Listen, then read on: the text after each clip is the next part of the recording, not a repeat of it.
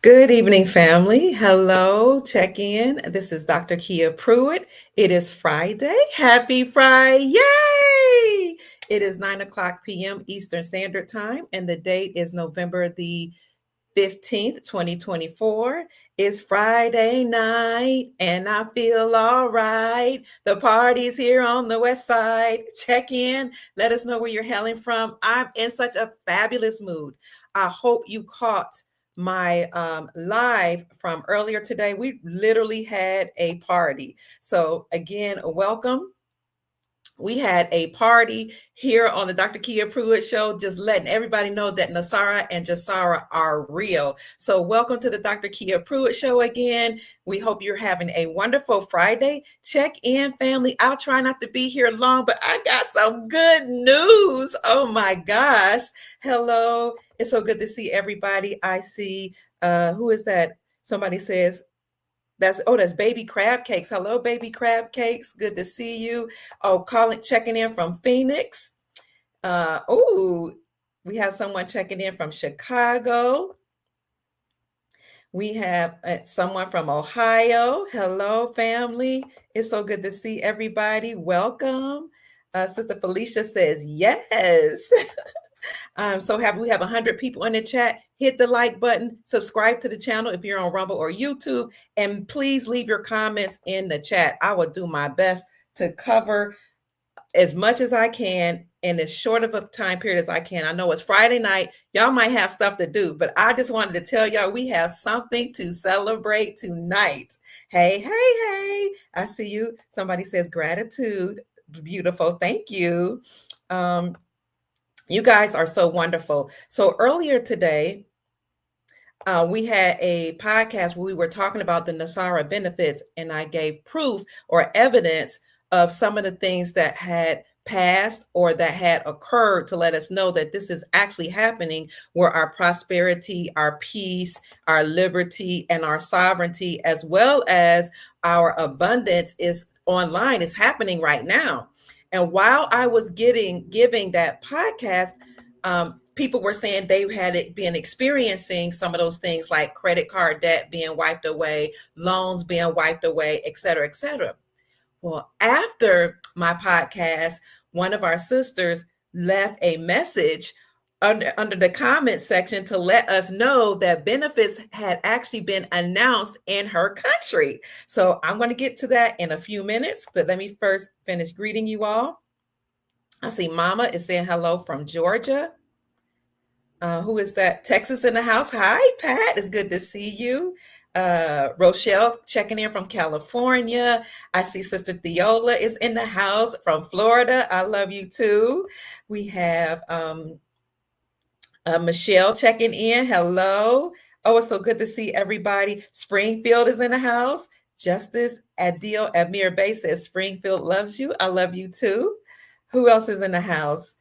Canada is here. Sister Cheryl from Canada, Ontario, Canada. Divine Ascension is from South Carolina. Hello. Crenshaw Herb Pax is checking in from Oakland, California. Oakland's in the house. Who else? Houston is in the house. Hello, Brother Maurice. Hey, hey, hey, Sister Pamela. She's checking in from Georgia. Hello, Divine Ascension. It's good to see you. Who else is in the house? A solo queen. Good evening. Happy Friday. New Jersey's in the house. Hi, Sister Andrea. Fort Worth, Texas. Oh, we got people from all over. This is so exciting. Send love to all of our soul family members, everybody. Please keep commenting in the description section and saying hello to all your family members. I see Rosebud is here. Peace to you. Peace, everyone. Solo Queen says. Grand Rising, checking in from Kansas. B. Williams says, it's good to see you. My girls in the house. Hello. Crenshaw Herb says, Dr. Kia, I have a care package for you. Oh, I'm so honored. Thank you. I'll send you my email. I'll send you my address. You can email me at kiapruitt@gmail.com. Okay. Hello, Sauce 54, and I'm so grateful. Thank you. I love you all so much for all the care packages, the prayers, the monetary blessings, the cash app, the love and support in the comment section, sending me information. Thank you so much because together we're stronger than we are apart. That's how we synergize. We work together and put all our gifts and talents together, and our love and support we show to each other, because this road, this journey has been lonely at times. Without you all, I don't know where I would be. So thank you so much. God bless you and heaven smile on you is my prayer. Fort Lauderdale's in the house. Who else? Dr. Kia Pruitt, you are amazing. I love your energy and excitement. Thank you. Thank you, Bernadette. You're so awesome. I appreciate you. Peace and gratitude, Sharon says. Hello, Gigi from Paris, France. Oh, that's awesome. Wow. Tennessee's in the house. Hi, King. King Tenick is saying hello to everybody. Jane, Sister Jay says Indiana's in the house. Ooh, hello from Mississippi. Who is that? Carp says, I'm thankful. Memphis, Tennessee's in the house. Hello, Cha-Cha. Hello, your enthusiasm is a blessing. Thank you, Debbie. I appreciate that. Baby Cakes is talking to us, says, Pamela White, eyes clear. Hello there. Texas is here. Hello. A nurse, 1996. Angelica says, hello, beautiful, from California. Sarah, Sister Sarah is from Michigan, checking in. This is another live. Yes, yet another one. We went live earlier today, but I have some good stuff I have to tell y'all. Okay, I'll make it quick. Yes, this is another live. Greetings to you, Harvetta, Sister Harvetta Lessiter Bay. I love you so much. It's good to see you, sister. Shalom, Horatio. Welcome. North Cali's in the house. I spent some time in Sacramento. Through the years, I would go to Sacramento to visit my brother. And sometimes, like if I needed a reprieve, I would actually stay there for like a year. So I stayed in Sacramento, and then I stayed in the San Francisco Bay Area as well. So I'm very familiar with California. I love you all. I love the mountains. I love wine country. I love that in California, you never really have to leave the state. You can see snow if you go to the north. You can see sunshine all year round, particularly if you go to the south. You can see wealth. You can see some poverty, unfortunately, but California has everything you need, doesn't it? So I love your state, Nupri. North Carolina's in the house. Who else? Oh, TN Patriot says, hey, Dr. Kia, I watched your podcast from today. You made me smile with that music. I loved it. I was cracking up. Oh, you from Simply Lynn's chat. Wonderful. Tell Simply Lynn I said hello, and that I send my love and greetings. Who is that? Tim says, oh my God, you're getting more beautiful. Oh, thank you. God bless you. You're welcome, Pat. It's always my pleasure. Peace and prosperity to you too, Marge. Connecticut's in the house. Hi, Ronell Bay. Good to see you, King. Peace to the gods. Texas in the house. Hello, Jay the Greatest. Who else? Palm Beach County, Florida. Hello, Roberto. ¿Cómo estás? It's good to see you. I love Palm Beach. It's beautiful. Oh my gosh. And the sunshine is amazing there. You're in South Florida. I'm in North Florida in the Jacksonville area, and Amaj is in Ontario, Canada. Oh, I thought somebody was saying they were from Orlando, but I love the state of Florida. It's a free state. It's so good to be in this state.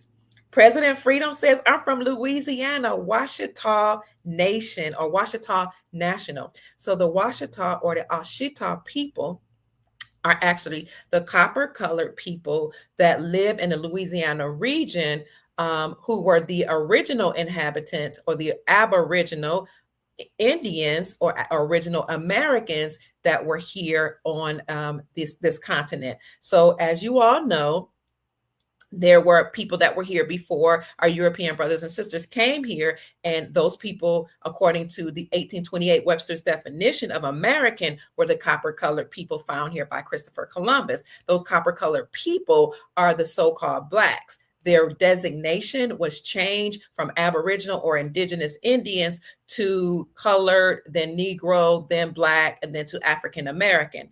Well, the Ouachita Empress from the Louisiana region took the United States, incorporated to court, And she took the Federal Reserve central banking system to court and said that the deep state and the United States Incorporated has stolen land from the Aboriginal people here. And she brought the allodial title to the land. She brought proof that who the original people were. And this Washita Empress name was Empress Verdi-Asi Gaston L. Turner Bay. Some people called her Verdi-Asi Gaston L. Tunica Bay because that's the Washita name. Tunica is the same as Turner. And when she took them to court, she won her case in the amount of $85 quadrillion. So thank you for being here, President Freedom. Somebody had asked me, will there be any monies other than the St. Germain Trust and the Rodriguez Trust and the Solomon Trust that will be injected into the global economy? And will there be any money to compensate for what the Aborigines and Indigenous people had gone through here in America? And I said, yes. Apparently a lot of people don't know about the Washita Empress Verdi-Asi L. Gaston Turner Bay. She won her case again in the amount of $85 quadrillion. You can look that up online. You can look for her videos actually on YouTube. So all of that money will be injected into the global economy, and everybody here in America, no matter what your so-called race, gender, or ethnicity is, will be compensated for the financial, economic, mental, and psychological enslavement that we've all endured. And not only here in America, but all over the world. And we'll get into that a little bit later. So I just wanted to pause to talk about Empress Verdi-Asi L. Turner Bay because she is or was the Washita Empress. And I have met a few people who were with her when she took them to court. She actually took the United States Incorporated to court at the same time or around the same time that the farmers took the United States Incorporated to court. And the farmers won their case or their claims against the United States Incorporated.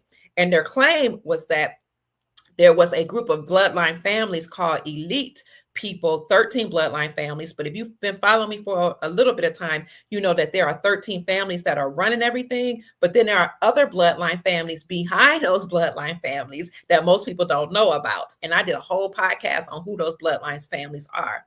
But the bloodline families usurped authority and power from our lawful government that has been working here. And that is our republic, which has its own constitution. But those bloodline families took over our republic, and now those governments are running side by side. The lawful government, the republic, with its own constitution called the Constitution for our Republic, and the United States Incorporated with their own constitution called the Constitution of the United States Incorporated. Well, the farmers' claim was that the United States Incorporated had usurped authority from our republic, formed their own central banking system called the Federal Reserve, and was forcing farmers to get loans in order to farm. If they wanted to farm, they had to get loans from the Federal Reserve. And in order to get that money, they had to sow Monsanto seeds, which were sick seeds that were killing people and making them unhealthy. They had to do nefarious things to the cattle, and the farmers didn't want to do that. Well, if they didn't agree to do that, they would have their land confiscated from them.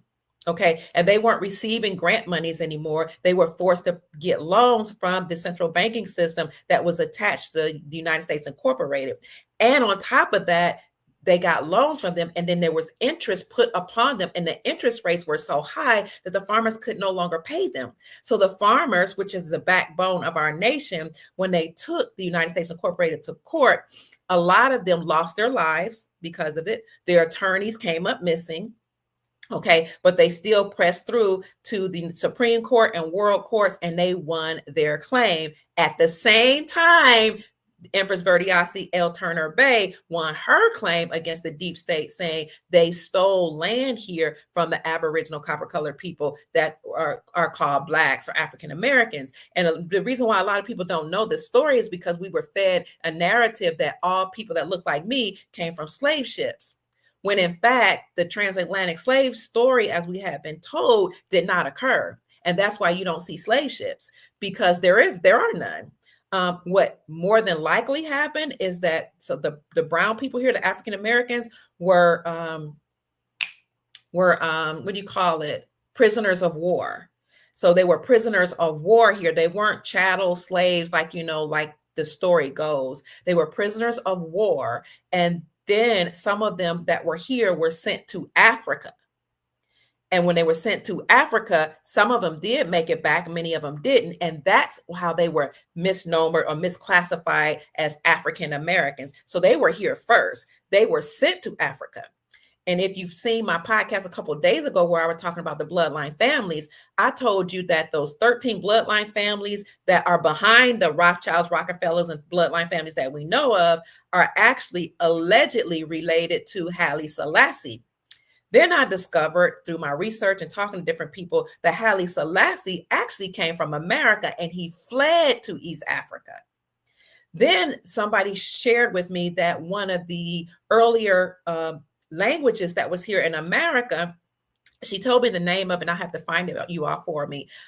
She learned that it was an Ethiopian language. So I looked it up. And it's true that one of the original languages that was here in America is an Ethiopian language. And that leads me to believe that it is indeed true that Haile Selassie came from America and he fled to East Africa. Now, allegedly, he is related to the Medici family, the Orsini family, and some of those other bloodline families that's behind the Rothschild family. Okay, so there are bloodline families that we don't have anything to do with, that we don't know who they are. And in fact, what I'm learning and what I've come to understand and understand is that these bloodline families that are running things have been fighting against each other for centuries. And these bloodline families that control the world, while we've been told it's a white supremacist a worldwide system that has been occurring, the bloodline families behind white supremacy are actually called Moors. Okay, they are original so-called black-skinned people, because we all know that the so-called original people on the planet are dark-skinned people from different hues, and then many people came from those people. So my understanding is that you have two different groups of people fighting against each other, bloodline families fighting against each other, and they instituted and put in our program, in our psychic, in our reality, something called white supremacy, so that we didn't know that they were all fighting each other. Okay, but so what they did is they shifted things. They told us that our European brothers and sisters with the lighter, with a lighter complexion, our Caucasian brothers and sisters are white, and that we copper colored people are black. Well, in the beginning, the original people here in America actually had white status. So black and white is not about ethnicity, it's not about race, it's actually about status. So the original or aboriginal indigenous copper colored people that's now called blacks, Negroids, African Americans, colored, whatever you call them, they had white status because white means purity, right? In a lawful term, it means purity. It means it refers to nationality. It means you have a lawful standing, and it means you own land or you are the original inhabitants of the land. Well, so the slaves that came over here and the indentured servants and the people that were trying to escape all the stuff that was going on in Europe that came over here had black status because they were considered dead by law. They had no lawful standing or no legal standing. But when they came here, we had a treaty actually with them and other bloodline families called the Treaty of Peace and Friendship. And we lived our own lives. I'm talking about, or the copper colored people here, the indigenous people here lived their own lives. And our European brothers and sisters that came here lived their own lives. And they did trade and commerce. They have their own flag. So the red, white, blue flag is actually their banner of trade and commerce. So they came here in peace, trying to escape what was going on over in Europe at the hands of the British Moors, or the Brutish Moors, Brutish Moors. So that the original people that controlled and ruled Britain and England and really all of the planet were dark-skinned people. So the British Moors who sailed here, including Christopher Columbus, who was a dark-complected man, according to what I've researched, brought indentured servants over here, brought many of the European people over here, and they came here and they at first lived in harmony and everything was going well. Thank you, family, for sending me love. I appreciate you. Brother David, for sending me, a cash app. Thank you. I appreciate that. You're so sweet. May the Creator bless you and have a smile on you. They live their own lives. Now, there may have been a faction of so-called Europeans who were, did certain things, like maybe took certain positions and not infiltrated, but they took positions that were in every segment of society to kind of be gatekeepers, to keep the people who were here, who were prisoners of war, at bay and from getting certain jobs. So those people that were put in place that had jobs in banking, government, finances, education, politics, etc., they might have been European born or have European origin. It might have been our Caucasian brothers and sisters, but who put them in power? The so-called brutish Moors, or the so-called, they say there are good Moors and there are bad Moors, bloodline people who've been fighting against each other. What they did was they put Europeans in place so that they can, they can cause this war between the two different groups that were here trying to live together in harmony and peace. And so that's why they say that when in Hollywood, the people who were on stage dancing and acting, they would put on blackface or they would paint their faces black, because what they were trying to do is speak in codes. Okay, because remember, corporations are dead. They don't necessarily talk, but they have codes, they have messages, they do certain things to let the elite know what's happening, and those that are awake, that's happening. So the blackface was actually a code for, look, we Europeans might be in power, or you might see us in certain positions, but we're not really running things behind the scenes. There's a black dark entity behind us, literal dark entity connected to these nefarious energies and extraterrestrial beings that came here to enslave the planet, and dark-skinned people who called themselves Moors. So they were trying to let us know that, look, we know that they're telling you there's this such thing as white supremacy, and they're telling you that Caucasians run the world and Europeans are doing things, but there's an entity. There's a black pope behind us. There's a gray pope behind us. There's dark magic behind us. There's black magic behind us. They were trying to tell us what was really going on. And I have to thank Chief Pontiac, Rod Hayes, for enlightening my eyes to what that actually meant. And through our research, we see, oh my gosh, there are other sources that support this claim. So why did they come up with this issue, this thing, white supremacy? Because what they were really telling you is, remember, the Aboriginal people had white status. The people that came over here had black status. Black, according to etymology and the Black's Law Dictionary, which is the dictionary and the law book that the courts use, black actually means dead. It means you have no legal standing. It means you have no power. Okay, that's why when the Europeans came here, they had black status, but when the people that were already here, when they were going through the process of, different lawful situations, they had so-called white status. Well, the people empowered, these elite families, switched it on us. And they said the brown-skinned people now have black status. Okay, so which means they have no standing in law. They're considered dead. Why? Because they are or were prisoners of war. America, or Amurica, was originally called Turtle Island. Some people called it the North Gate. Some people called it Northwest Africa. Some people called it Morocco, because the Moroccan Empire started here in America and spread out.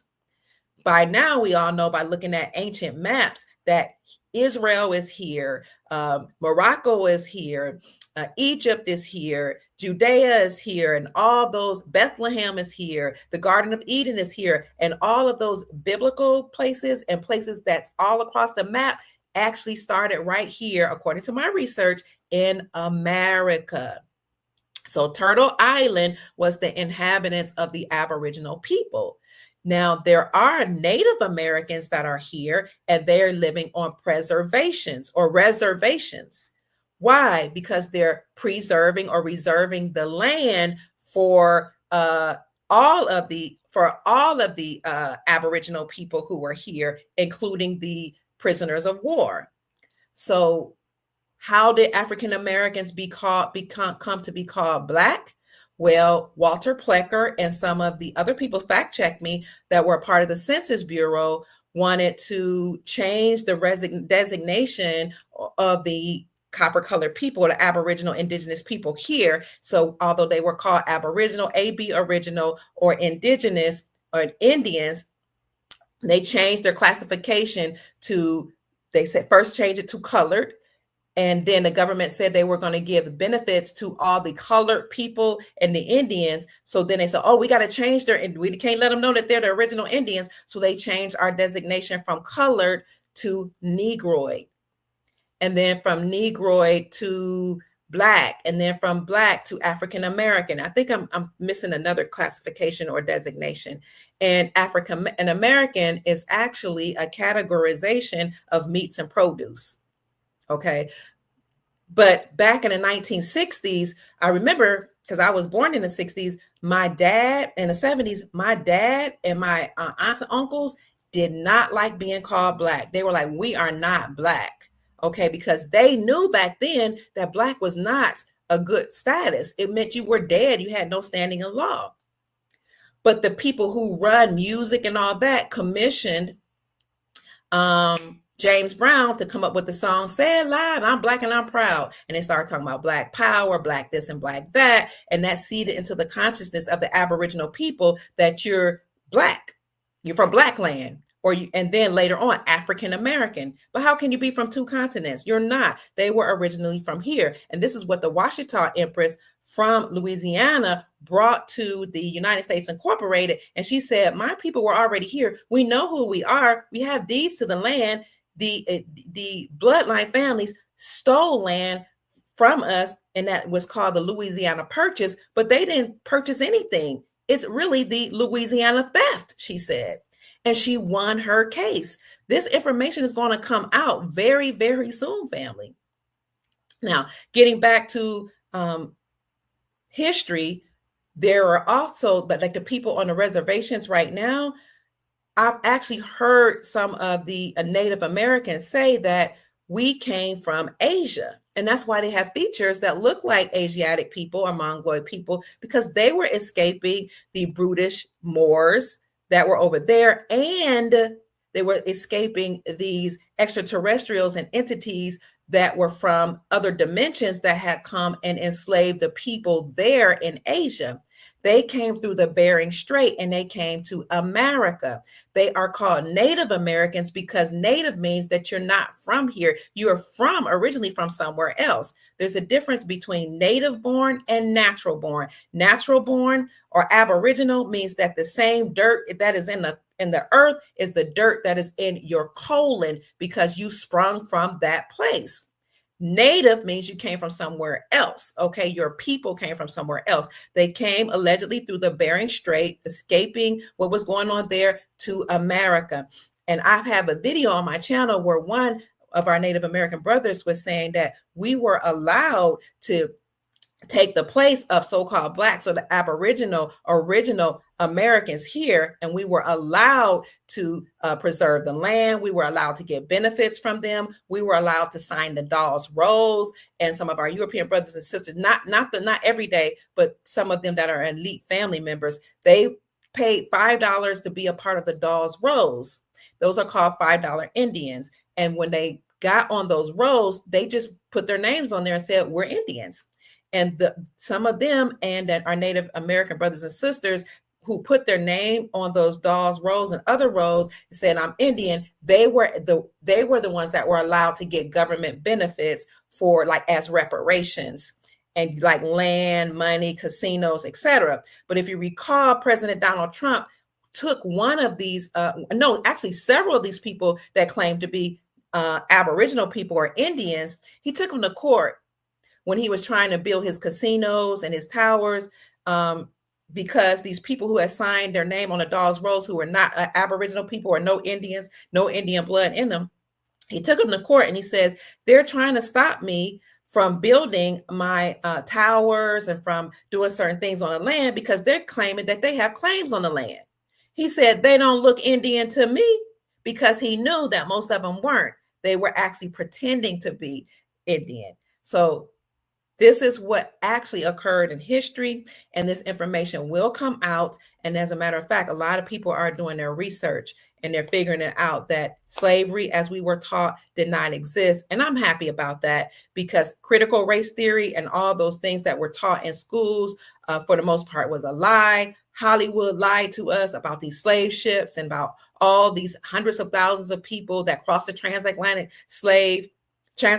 waters, were in chain. Some of them may have, but hundreds of thousands, no. That's why there are no slave ships in the museums.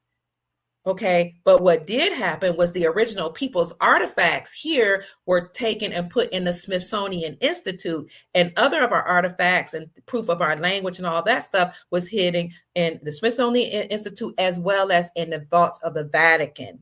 Okay, but all that is coming out, and that's why President Vladimir Putin had unveiled a lot of so-called Black people's history when he showed, and we opened the vaults and showed that many of the characters of the Bible, including Jesus, actually had dark brown skin. Okay, so all I'm saying is we need the information to get out, because we have our European brothers and sisters that were told your great-grandparents all owned slaves, and that's just not the truth. And if you're brown skin, all of your ancestors were slaves. And so what these people in power did was they seeded this into our consciousness so we can be at war with each other. And they commissioned Hollywood to come up with all these slavery movies. Once a slave, 12 years a slave, 1,000 years slave. Oh, I'm tired of being a slave. Oh, master gonna beat me today because I'm a slave. Oh, I'm a slave today, slave tomorrow, slave forevermore. Roots was a slave narrative written by Alex Haley, okay, in the 1980s or 70s or 80s. When that documentary came out, people bought that Hollywood production as being true, because Alex Haley, who was a prominent actor back then, movie producer as well, said his people had come from slavery. Those 23andMe companies and all those companies that you test your blood that tell so-called African Americans that they all came from Africa, you got to look at who they're owned by. They're owned by elite families who tell lies. So you can't believe that. What you should actually accept as proof is what your ancestors tell you, or what your grandparents and great-grandparents, and those who preceded you tell you. So when Alex Haley came up with the story of Kizzy, of Kunta Kinte, and Chicken George, and how all these characters, were enslaved, and he found and traced their history. And I mean, it was a moving story. It was like compelling. They had a lot of beatings in there, a lot of grapes, a lot of molestation, a lot of whippings. I mean, it was so horrible that a lot of people, no matter what ethnicity or nationality you came from, a lot of us were angry, a lot of us were hurt, people were crying. And what Hollywood does is they would do those things that cast spells upon us.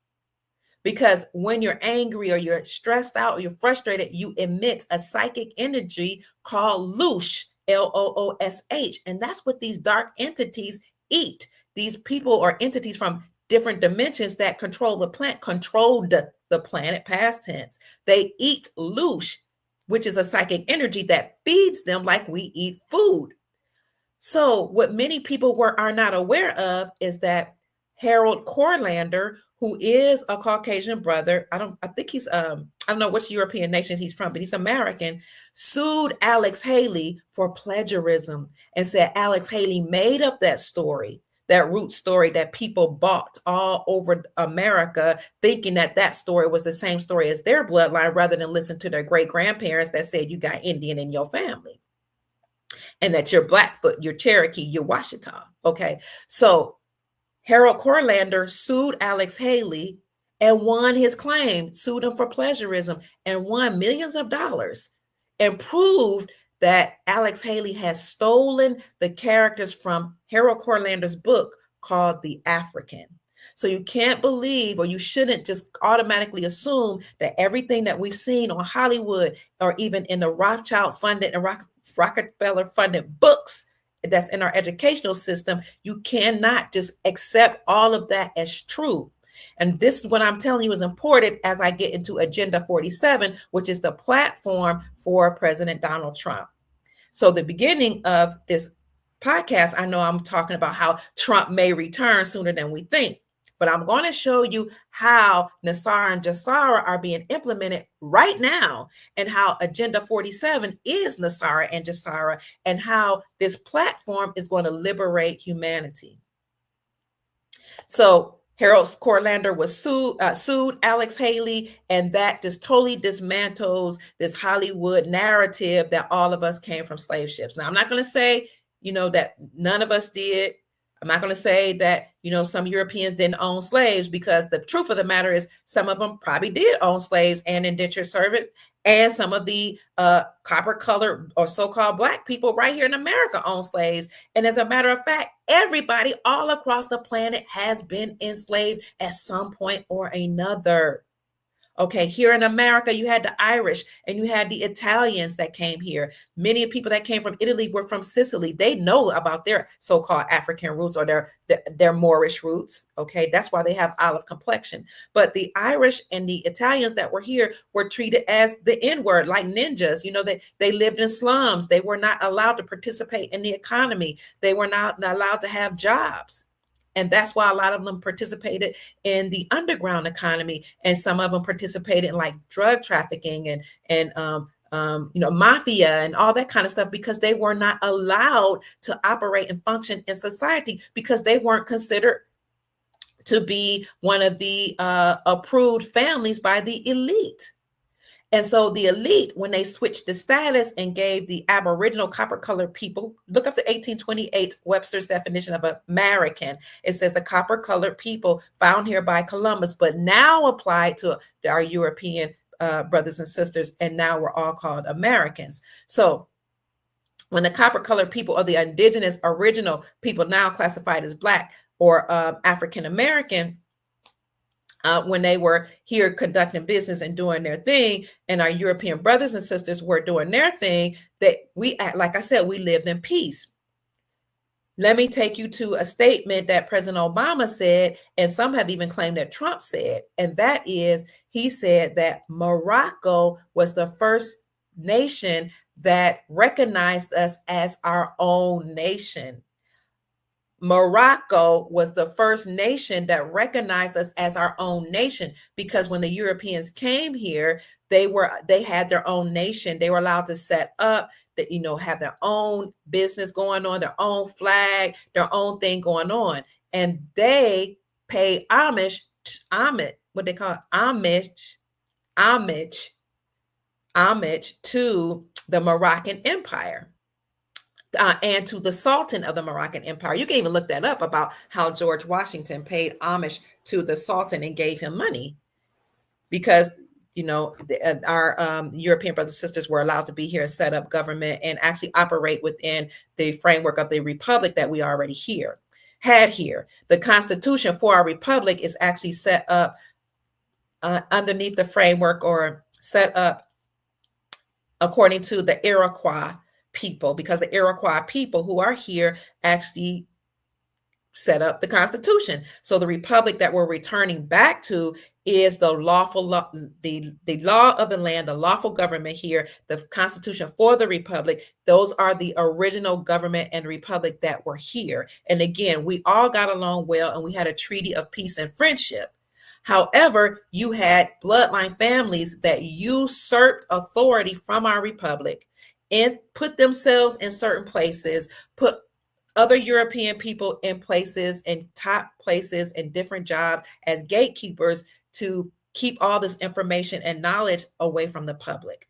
So I know that's a long way of explaining who Empress Verdiasi L. Turner Bay was. She was from Louisiana. She took the United States Incorporated to court at the same time that the farmers took them to court. And so everybody will receive some type of compensation from her claims, from the farmers' claims, and from the trust that will be initiated by Princess Elizabeth, who is the sole executor of the Rodriguez Trust. She's the sole executor of the King Solomon Trust and the Saint Germain Trust, and those are called the 3-in-1 Trust. And I've done 2 podcasts with her about what that means. But all of that money, family, will be injected into the global economy, and we will all be compensated. So back to my conversation about the Italians and the Irish. When they came over here, they were not allowed to participate in the economy. They lived in the first ghettos. They were mistreated. The Slavs that were over here, because we know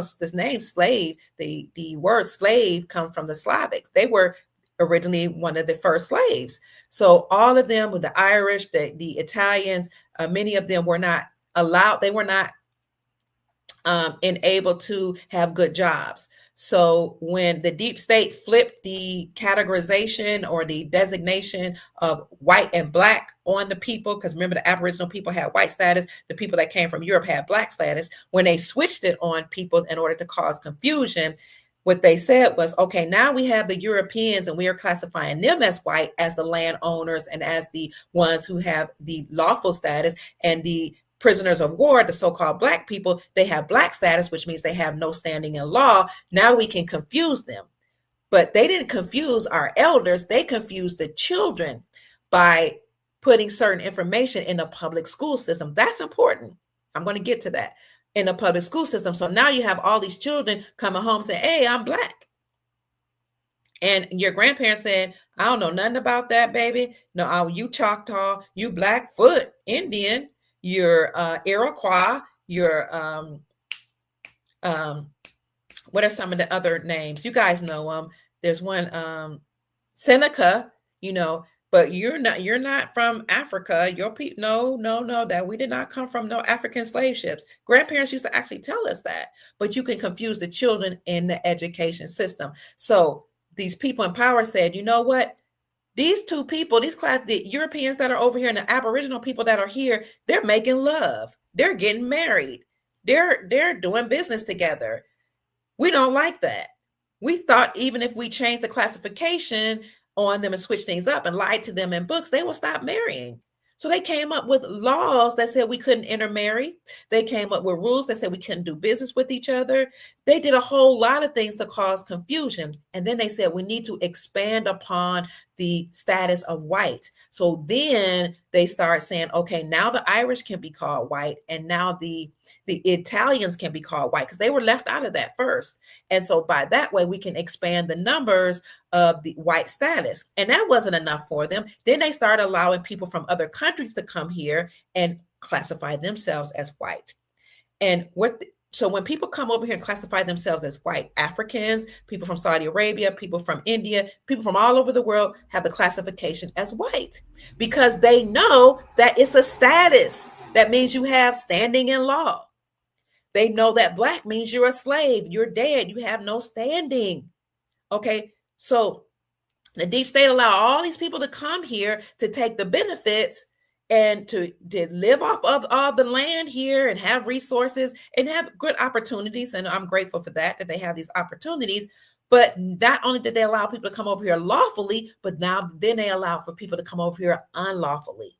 Because the plan for these entities that are not human, and some of them are human hybrids that are the Nephilim, or the beings that the Bible says came down from heaven. They fell from heaven.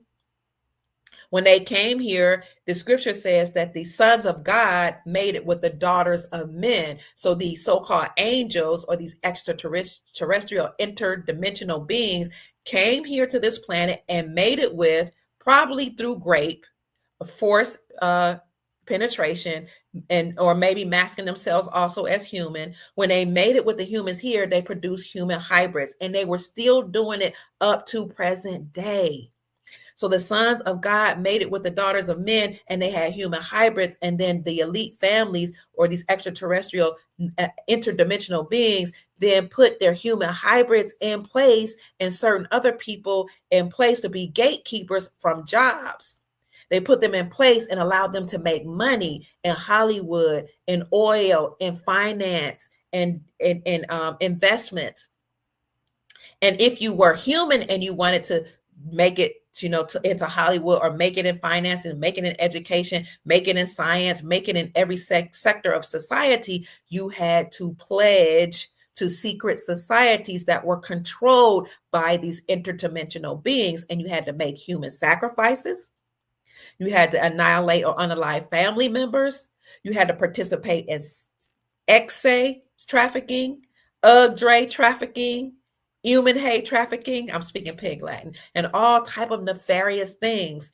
And then that way they can blackmail you, get stuff on tape, and said, this is what you did. You did these ritualistic abuse of children, doing things in the underground tunnels, okay, doing things, and at governmental parties.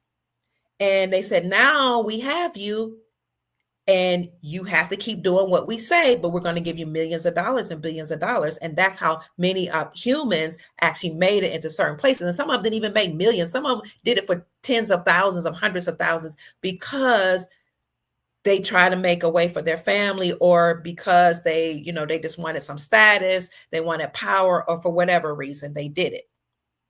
So this is just a little bit of history, or herstory, or cultural, or knowledge and information that's been hidden in the Vatican, and that's been hidden in Smithsonian Institute and other places.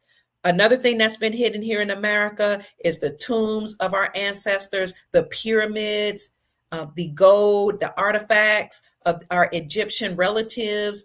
And much of that is hidden in the Grand Canyon, which is why they don't allow you to camp or to explore at certain places. We have lots of gold there, okay? So a lot of this hidden information, like I said, tombs of Egyptian pharaohs and their wives are there in the Grand Canyon.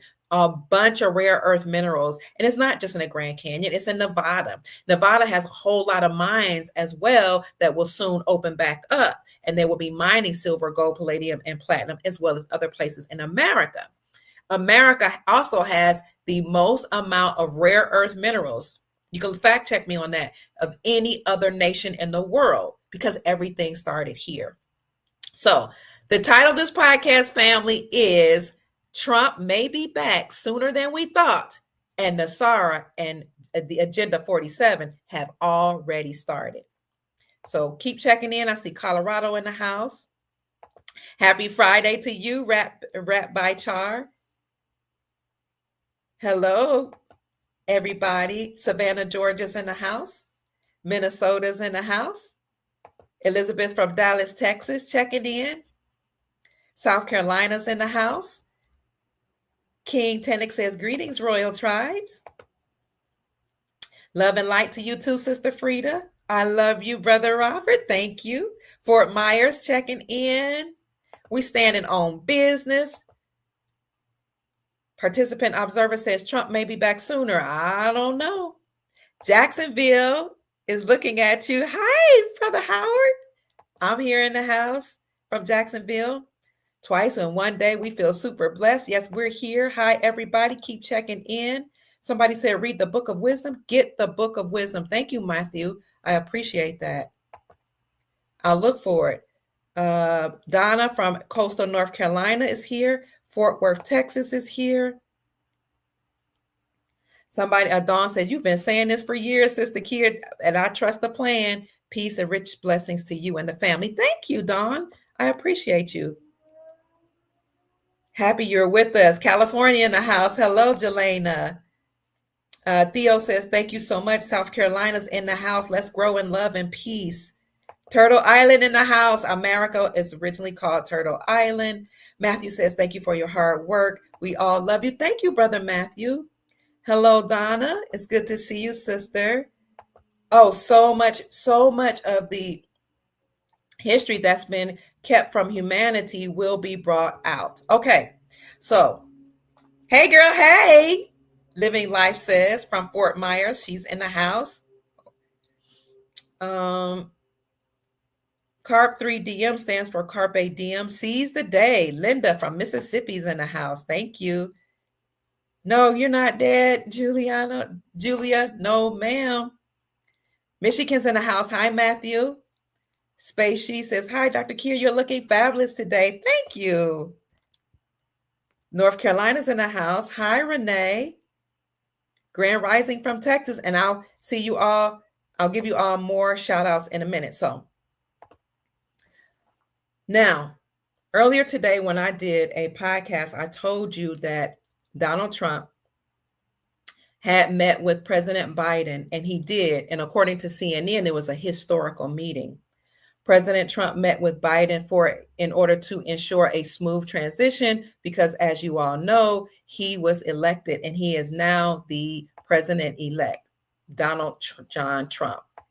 Here is, I'm going to show you an article that talks about his meeting with President Biden. He came to DC, and there was coverage on Fox and CNN that said this was a monumental meeting, a historical meeting. And here's a handshake that was captured in the press release. This handshake looks Masonic, and that doesn't bother me because I know all the elites are a part of some secret society at some level, probably at high levels. And so I'm not sure what this handshake means, but those of you who know and study handshakes, can you tell us what it means in the chat, and we'll bring it up and we can discuss it. But he did meet in order to ensure a smooth presidential transition. Why they said this was historic and monumental, I'm not quite sure, but I think it's because it's the first time that Trump and Biden has had a face-off or a meeting since the debates. So I'm going to stop sharing that, and I'm going to see if I can find the article and read what they said about this transition. And listen to that word transition, because I'm going to talk about how the Department of Defense in February actually released a document called the DoD Presidential Transition Act. It was called explicitly Directive 5105.76. So Directive 5105 said that all the people in power were positioning or getting ready for a smooth presidential transition. And I did come out in February 2023 when we first saw that document and said, look, they're preparing for a presidential transition. And that's based on the Presidential Transition Act of 1963. So I'll talk to you about that in a minute. But let's look at this meeting with President Donald Trump. And I'm going to tell you why I think he may be back sooner than we think. So this was February. This was updated today. This meeting with President Trump and Biden here. But President Trump just met with him on Wednesday. This is Friday, so that was 2 days ago. Washington, D.C. News now. President-elect Donald Trump and President Joe Biden met at the White House this week. Biden congratulated Trump on his victory. It's the first time the two have seen each other since they met earlier this year for a debate. Biden then dropped out of the race in June of 2024 and said in the meeting that he looks forward to a smooth transition. I keep seeing this word transition. The Hill's Sarashki Rai joins Capitol Review to discuss their meeting. And then it goes on. No, this is the end of this article, but you'll see other ones where it talk about what happened in the White House when they were meeting. And there are many other articles that cover that story. But I just wanted to show you that once President Trump was elected by we the people, he won the popular vote and the other vote. What did you call it? I forgot what you call it, but he won all across the country, and the House and the Senate are all conservative. There was a red wave all across the nation. So President Trump's election and serving as president-elect inspired many world leaders to come out publicly and officially make an announcement that they are ready to work with Donald Trump. I don't know if you know that China came out and said they're ready to work with Donald Trump. Xi Jinping said he was ready to work with Donald Trump. Who else? Oh, this is great. Xi Jinping, Vladimir Putin said he's ready to work with Trump. So let me show you this quick article here where Xi Jinping said he's ready to work with Trump and preparing for a smooth and peaceful transition. China's resolve to stay on the path of peaceful development, develop friendship and cooperation with all countries, and promote common development across the world will not change. Chinese President Xi Jinping said while delivering his speech at the conference marking the 70th anniversary of the 5 principles of peaceful coexistence on Friday in Beijing. Let's see. Here's another article that came out a week ago. Let me see if you guys see that one. Oh, I don't know if you can see this because my computer makes everything look small. Let me see. This came out last week. China hopes for peaceful coexistence with the United States after Trump's comeback.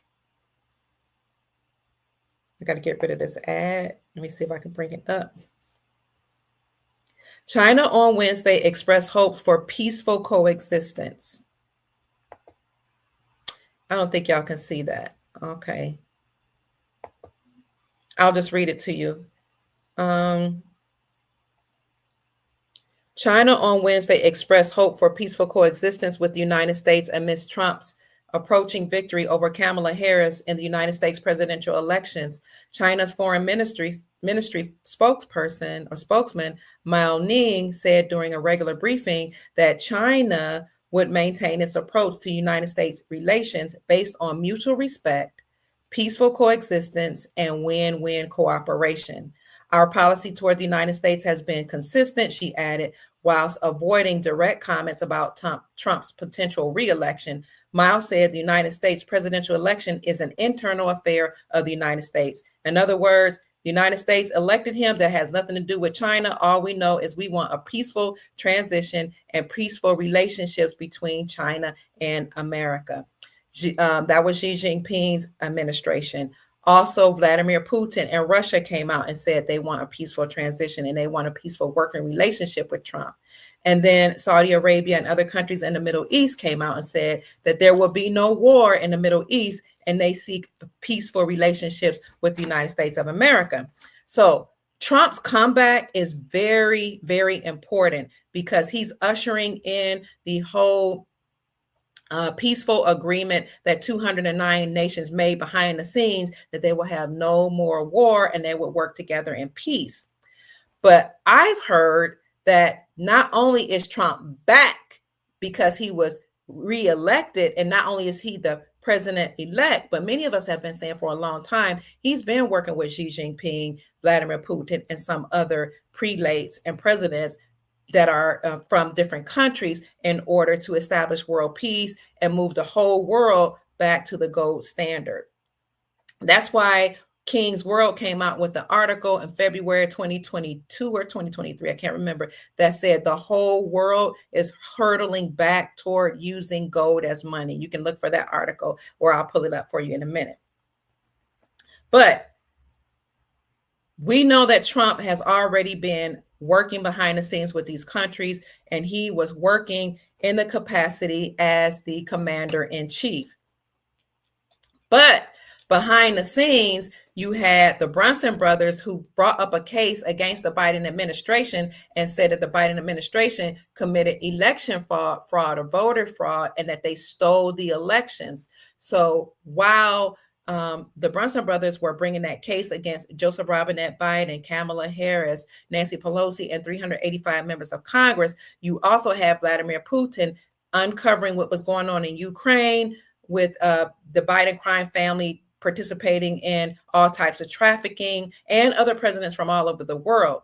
At the same time, you had the military cleaning out the deep underground military bases and rescuing children. You had other lawsuits being brought against the Biden crime family. You had James Comer, who is the chairperson of the House Oversight Committee to investigate Biden and his administration. And if you look at oversight.house.gov, or you can Google the House Oversight Committee on Google, then when you go to the House Oversight Committee's website, type in the search engine of that website Biden, and you will look at all the evidence that James Comer has brought against Joseph Biden and the whole crime family. And he has proven emphatically that Biden was the head of that operation that was involved in African trade of humans, drugs, money laundering, and guns, and how he participated with in relations with the Chinese Communist Party of China. So many people defected from that operation and actually ratted Biden out. And you can see documents on the House Oversight Committee to support that claim. You can see checks that were written to the Chinese Communist Party as well by Biden, and other evidence that James Comer, the chairperson of the House Oversight Committee, brought forward. Additionally, what was happening was that countries were repatriating their gold back from the Vatican back to their countries so that they can back their countries' currencies with gold, as well as the other resources that their countries have. And that is what is happening right now, known as the global currency reset. So they are preparing for a reset of all countries, globally, financially, economically, educationally. Everything is going to be restored back to the way it was before these elite bloodline families, or as close as possible to it, usurped authority from all nations and enslaved the planet. So again, James Comer produced evidence against Biden, and the Brunson brothers brought a case against Joseph Robinette Biden and the whole administration, including 385 members of Congress. And they said that they posed a security breach to our nation, and that they participated in election fraud. And if the Supreme Court of the United States hears the case and prove that indeed all this happened, then the whole administration, Biden, Harris, Pelosi, and 385 members of Congress have to be stripped of all their credentials. They have to step down, go through military tribunals, have all their assets frozen, and they may never serve again. And most of them can never serve again because they will be hung, because the penalty for treason is DEATH. Now, you and I know that most of those people are already gone. I've shown you evidence. Allegedly, actually, in one of my podcasts, I'll see if I can find that there were rumors that were actually saying that Biden had already passed away. Let me show. So I did a video on that on Rumble, but I'm going to go to my YouTube channel because I showed you a document that has said Biden passed away a while ago. Let me see if I can find it. Oh, I also showed you on my community section of my YouTube channel how the Queen of England bowed before Haile Selassie. So remember when I told you that Haile Selassie is connected to the bloodline families, the Medici, the Orsini, and other bloodline families that actually control the Rothschilds and the Rockefellers? Okay, so Haile Selassie was considered the emperor of the world. And that's what I mean. Like, these are bloodline families that have been ruling for centuries. Again, he started here in America and he fled to East Africa. Well, this was very interesting. And one of my military brothers and sisters showed me this, the Queen of England bowing at Haile Selassie's feet. It says, here's the Queen of England bowing at Haile Selassie, the Ethiopian leader's feet. Why? Oh, I hope you can still see this.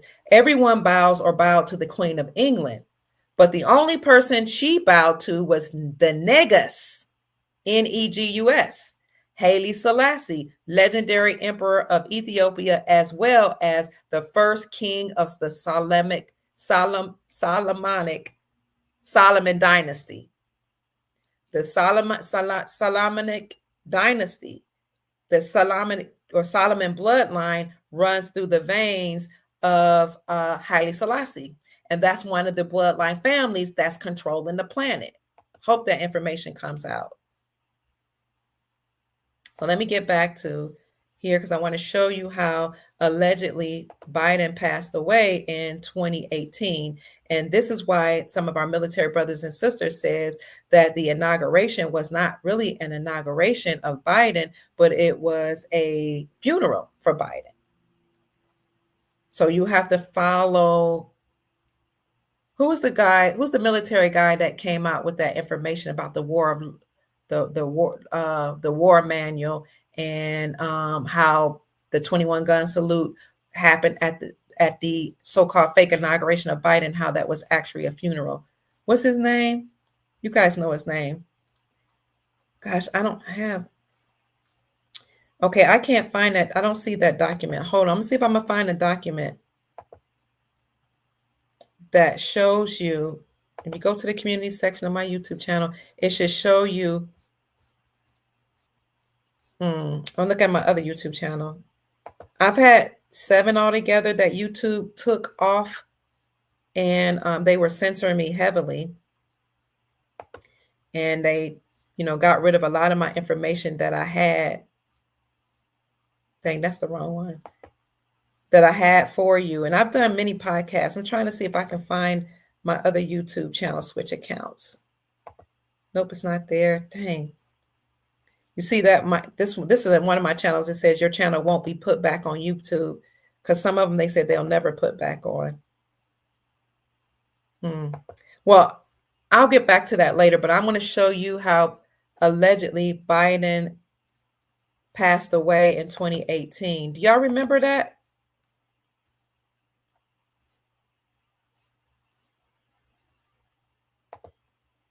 Y'all remember that Biden actually passed away in 2018, and they were saying you can look it up in the records. Let me see if I can show you. I'll look to see if it's on my Rumble channel.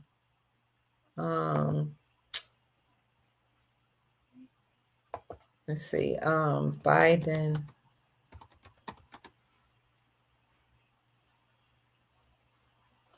That's not it. So I brought it on my YouTube channel. I just want to show you that Biden allegedly is gone, and that there are people that are masquerading as him because they're wearing masks. These people have body doubles and doppelgangers and all that type of stuff. And I had pulled that up earlier today, but I can't find it. Let me see. I'll tell you what I'll do. I'll look for that a little later in the podcast, or if I don't find it, I'll put it in the description section for you. So the reason why I'm talking about President Trump being the president who many countries are saying they want to work with and ushering in world peace is because a lot of things have, since he just been elected, have started moving. Okay. As a matter of fact, let me show you about the Brunson case. What I've heard is that the Brunson case may have been heard behind the scenes, because when the Brunson brothers are trumpet players. They brought the case against Biden, said they participate in election fraud, and they allow people to come across our borders. And you can fact check me on that, how Biden admitted that over 320,000 illegal aliens came into our country. He allowed them to fly into our country. Biden admits. Let me see.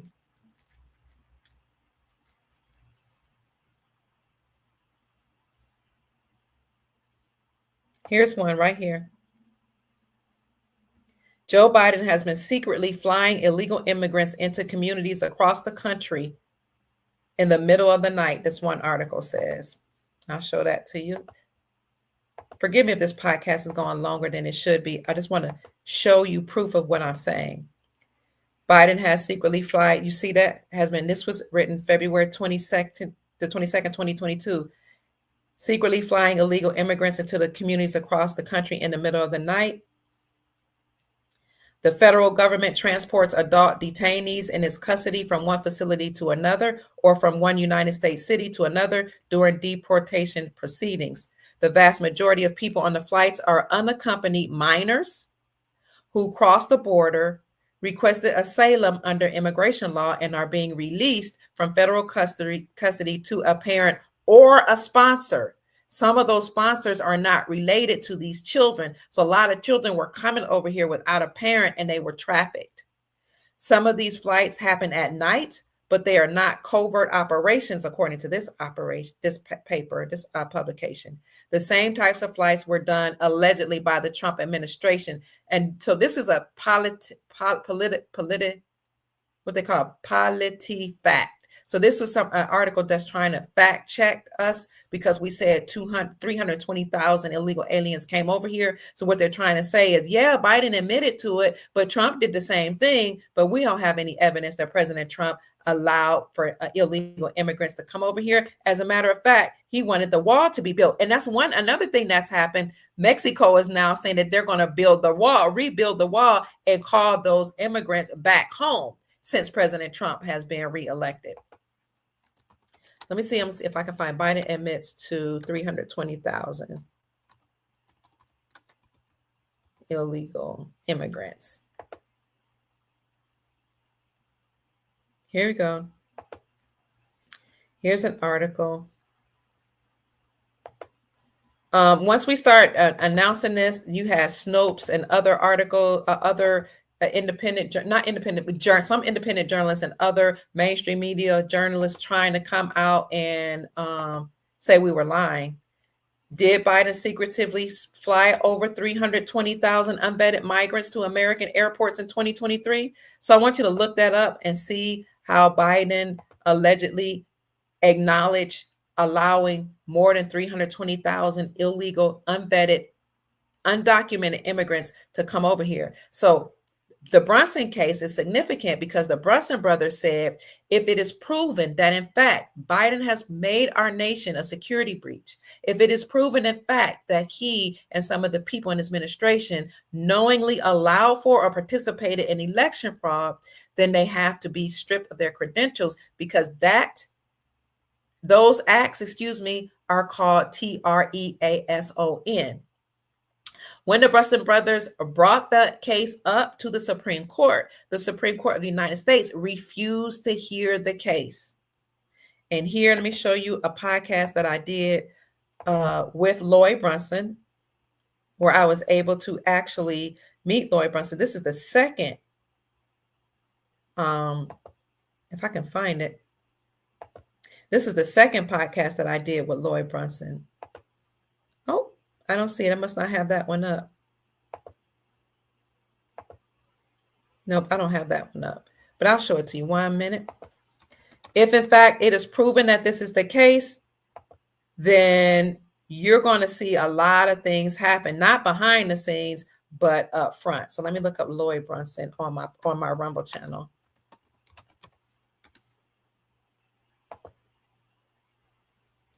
Here we go.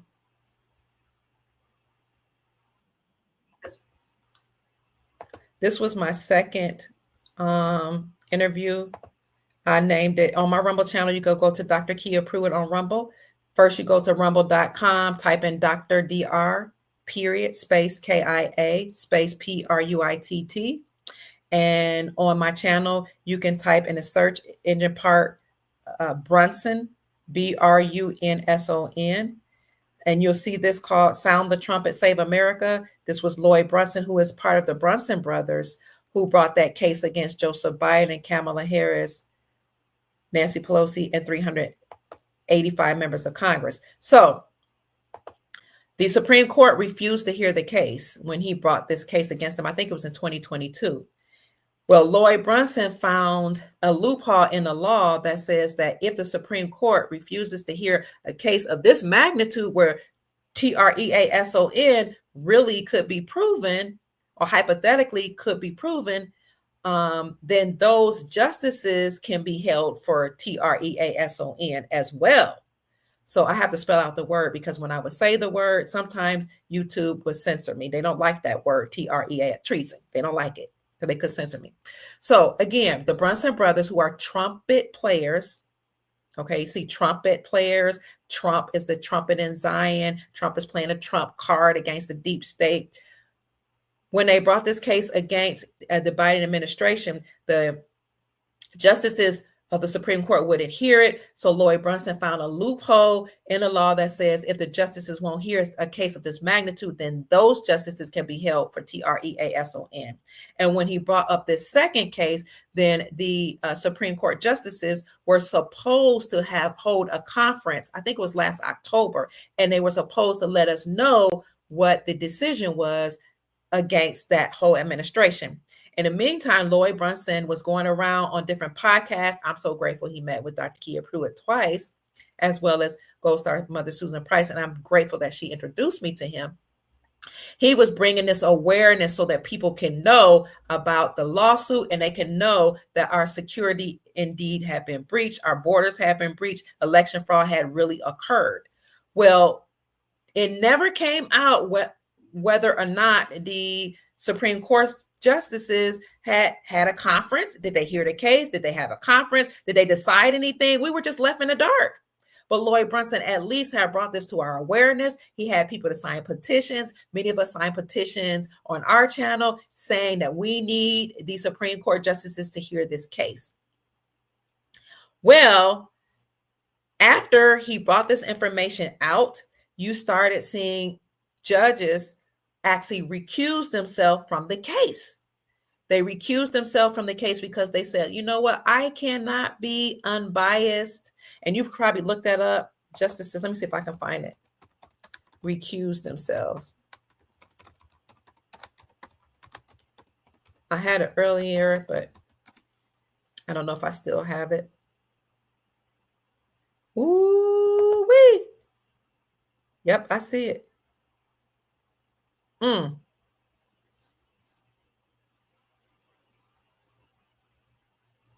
Hold on. Yep. Here we go. Let me show you how justices recuse themselves or remove themselves from the case. Hi, family. Check in. This is Dr. Kia Pruitt. I see 815 people in the chat. Like the video, subscribe to the channel, share the information from this channel that you think would help encourage our family members. Every liberal, this was Newsweek at the top. Every liberal Supreme Court justice sits out decision in a rare move. Published May 28, 2024. Every liberal United States Supreme Court justice sat out of a decision this week in a rare move for the nation's highest court, the Supreme Court of the United States. On Tuesday, Supreme Court justices Sonia Sotomayor, Elena Kagan, and Ketanji Brown Jackson sat out of a decision in Brunson versus Sotomayor et al. So that was the case that he brought against Joe Biden, Nancy Pelosi, Kamala Harris, and 385 members of Congress. This, I think, is the second case.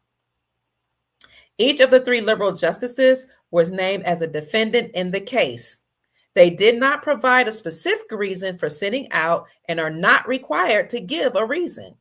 The case was brought by Roland Brunson, who attempted to challenge the results of the 2020 presidential election and named the three justices as defendants for denying a writ of certiorari, I don't know the word, in a previous appeals case. The justices' absences comes days after Sotomayor delivered a speech at Harvard in which she revealed that some past cases had made her emotional. So she recused herself. There are days that I've come to my office after an announcement of a case and I've closed my door, she cried, and I cried. There have been those days and there are likely more to come. Yada, yada, yada. So liberal justices recused themselves from the case. Well, it looked like, something was going on behind the scenes. We don't know exactly what, but in the meantime, a writ of memorandus was accepted, allowing for Justice Clarence Thomas to independently decide on the Brunson case himself. Let me see if I can show you this writ. And what's interesting is I showed everybody this writ of memorandus, okay? And I did a podcast on it. And then, of course, mainstream media updated the article and they had to fact check it. But I'm going to show it to you. Here's the update here. This was the MiamiIndependent.com. They had the update. But let me show you the writ of memorandus first, and then I'll read the update. An application to Supreme Court Justice Clarence Thomas was accepted as a writ of memorandus through the 11th Circuit Court of Appeals. The writ of memorandus is something that Justice Thomas can rule on independently for dismissal, or he can forward it to the whole of the Supreme Court. The applicant is asking that Florida's 2022 general election with a 2020 option be set aside and held anew. This is also room for the 2020 election cycle to be set aside as well, since the evidence shows the same uncertified and uncertifiable equipment was used in both election cycles. In other words, in both 2020 and 2022, there was uncertified equipment that was used in the elections. And so there's evidence to support this claim. As such, they can completely make the 2020 elections and their whole outcome of the elections null and void. Okay. According to the applicant, the same evidence proves that the whole of the elections throughout the country were vulnerable to the same fraud. The question would then be, does this allow Justice Thomas to forward to the whole of the Supreme Court to set aside the results of the entire country for both the 2020 and the 2022 election cycles? Or could he rule on an injunction pending review of the entire court? And here's the writ of memorandus. And there are other articles that says that the writ of memorandus was accepted for him to single-handedly make that decision himself.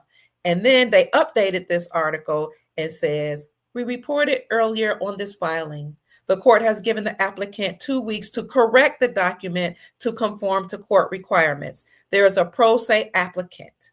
Our understanding is that an emergency writ of memorandus will have to be ruled upon first. We were aware of this refiling requirement at the time of the filing of this story. So allegedly it has to be refiled and it has to be ruled upon. But originally it said that the writ of memorandus was already accepted. And I did a podcast on that as well when it happened.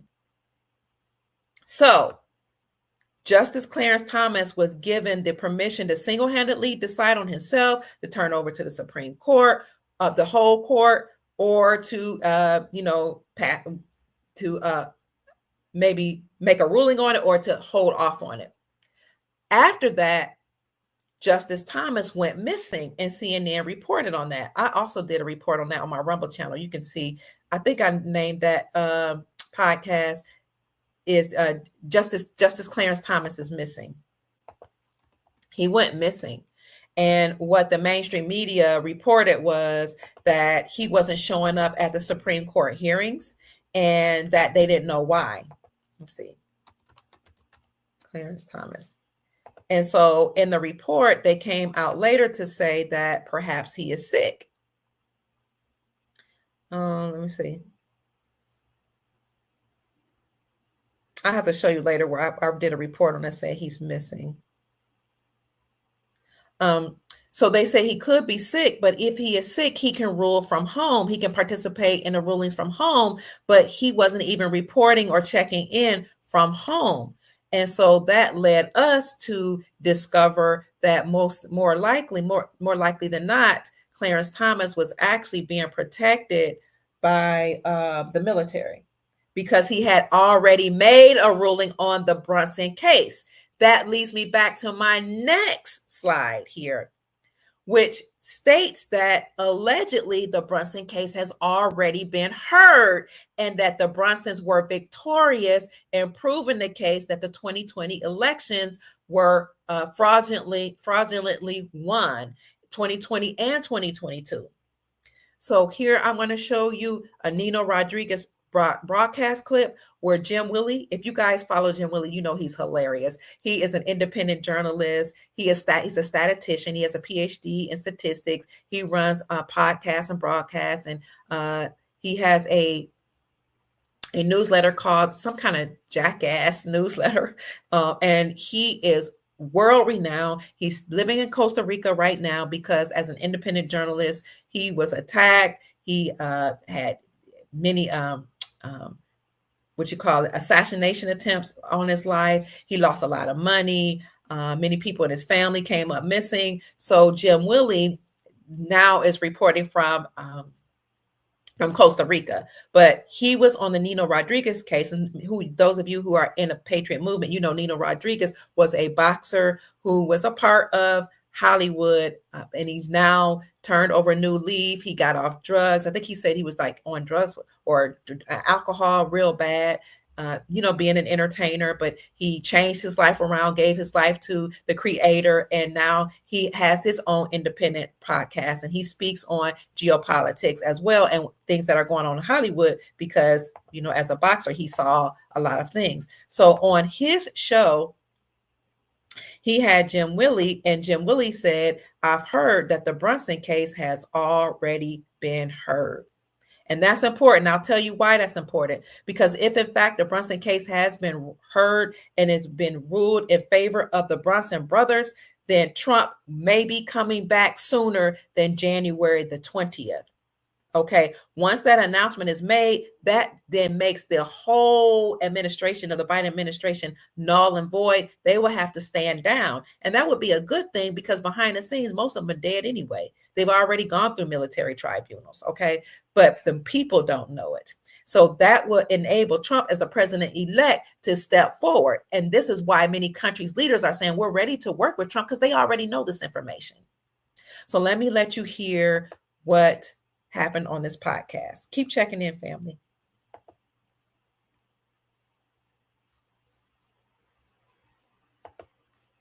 Here we go.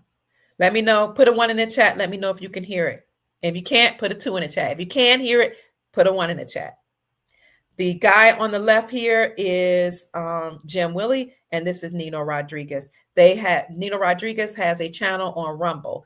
I don't know about YouTube, but he definitely has a channel on Rumble, and he's also very active on Twitter. Let's see what Jim Willie has to say to Nino Rodriguez. On this segment, let's talk about what we couldn't talk about, which is, let's first talk about the Brunson case. What are you hearing about that? Okay, this is fascinating and full of intrigue. This is better than a spy novel. Okay, I have a source, and he's a good guy, but he's strange as a bird. He contacted me in October of 22. Okay, we're talking over a year and a half ago. And he contacted me and said, Jim, I got some scoop. This is big. This is very big. The Brunson case has been ruled in favor of Brunson to vacate the Congress and to wipe out the Biden victory. But the White Alliance military stepped in and said, this is a national security matter. The nation is not ready or prepared for vacating the Congress. We have civil disorder at a very high level risk, and we will take this decision and we will release and publicize the decision as we see fit at the right time. And we cannot tell you when, and you are all under gag order, the justices, to maintain the illusion that the case is still being spun around. Okay, it got rejected and they got refiled, it got rejected, it got refiled. That's nothing more than a spinning revolving door. It has been ruled upon in favor of Brunson to vacate the Congress and the Biden show. I got word. Lloyd can't talk about this. I don't think so either, but okay, there's some hints. The justices that voted in favor are all under 24-hour military protection, and they don't like it. Whoa. Also, Brunson has been seen in public like he suddenly had I don't know, like a wedding proposal just got accepted. He just lit up emotionally. He's been texting me. So I hope you heard that. Basically, what he's saying is that the case was already heard and already decided in favor of Lloyd Brunson, but he and other people, including the Supreme Court justices, are put on a gag order. They're not allowed to speak about it. When was that podcast? That podcast was about 3 months ago. So, and many of you are actually saying that you also heard that Lloyd Brunson had to sign an NDA. Okay, thank you. Thank you, Who is that said that? Thank you, Marcy. He had to sign an NDA. Participant observer says Scotty Sachs is the one who had an NDA on the Brunson case as well. He said he was allowed to say it now and that he said that Brunson won. Thank you, participant observer. Thank you for this information.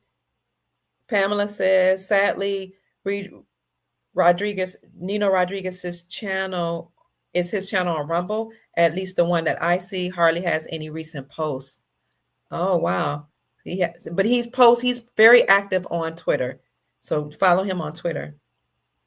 Sister Teresa said, I heard that a few weeks ago that Brunson had already won their case. The White Hats are in control. That's the military and the Global Alliance. They're all in control of disseminating information. They're in control of what's actually going on. They are in control of what's going on in the politics. They only allow certain things to come out as they feel people are able to receive it. All in good timing. They are busy doing the arrest and evil. So you might have heard, who is that? Jim Willie say that there could be civil disorder, which is why they didn't allow the information to come out right away. And so somebody had asked me earlier, do I still think there would be an emergency broadcast system announcement? And I would say possibly, because that, or an emergency alert system announcement would be a presidential announcement. Remember back in the day, you would have this is an emergency broadcast system announcement, and they would give you emergency announcements over the TV. This was way back in the day, and over the radio when our parents used to listen to radio. Also, sometimes they'll say, this is a test. This is only a test. Well, in 2018, we actually had a presidential emergency broadcast system announcement to come on the phones and the computer. I remember that because I reported on it. I told people it was going to happen, and then I told people when it happened, and I told people why it happened. It happened on October the 2nd, 2018 at exactly 2:18 p.m. Eastern Standard Time. Many people from all over the nation received the emergency broadcast, a presidential emergency broadcast system announcement testing, an EBS system announcement testing that overtook the phones and the computers. And I said, then they're testing out the system because we were told it was going to happen. I made an announcement before it happened. Then once it happened, I said, see, we knew it was going to happen. The reason why they did that is because they're setting the stage, getting the people ready.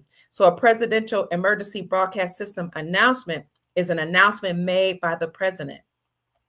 It enables the president to circumvent or work around mainstream media because mainstream media will try to prevent that type of announcement from being made. Okay. He can work around them by using this emergency broadcast system announcement, presidential alert system on the phones, the computers, and all electronic devices, and or the military to let everybody know about anything, but particularly in this case, that the Brunson case has been decided, that the 2020 elections and 2022 elections were fraudulent, and that therefore that whole administration is null and void, and all of the things that they did is null and void.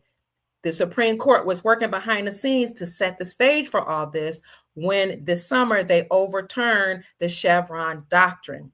The Chevron doctrine allowed for 439 federal agencies or so-called governmental agencies like the IRS, the EPA, CIA, FBI. Y'all know there's 439 of them. I showed you a list before.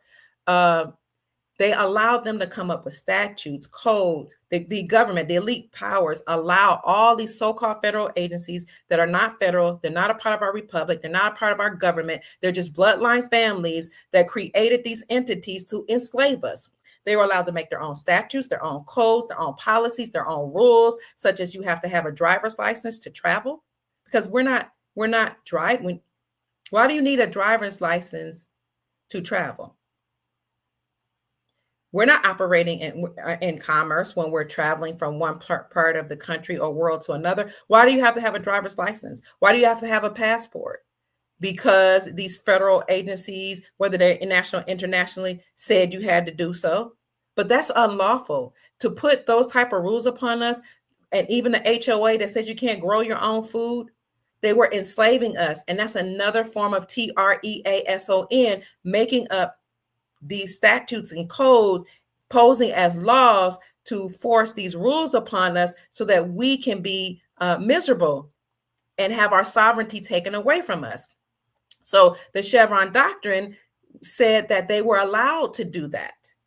All these agencies were allowed to create these statutes, codes, and regulations and keep us perpetually enslaved because they were the experts. But remember, statutes, codes, and policies are not laws. There's codes, there's statutes, and their policy enforcers are police officers. They're not the sheriff, they're not the U.S. Marshal. So according to the Constitution, the sheriff's office, the U.S. Marshals, those are the ones that are supposed to be enforcing the laws, the sheriff department, not policy enforcers known as police officers. That's why all across America, you can fact check me on this, police departments are closing and the duties of the police are being transferred over to the sheriff departments, because behind the scenes, you have people in power that are returning our republic that's working to restore our freedoms. So the Supreme Court of the United States ruled against the Chevron Doctrine and said that these so-called federal agencies, the 439 or 469 agencies that created these laws, were operating unconstitutionally, and they were committing treason. So the Chevron Doctrine was called that, and it was also called the Chevron Deference, because what happened is when us, we the people, would challenge these governmental agencies like the IRS in court and say, look, they're infringing upon my rights as a human rights.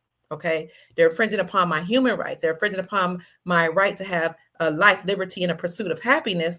Then the federal judges or any judges in the courts would defer the case back to those federal agencies like the IRS, the CIA, the FBI, CPS, all of those three-letter organizations and other foreign entities that pose to be federal agents and agencies. Okay, so they would defer back to them, the judges would, and say, hey, you got to do whatever they say because they're the experts.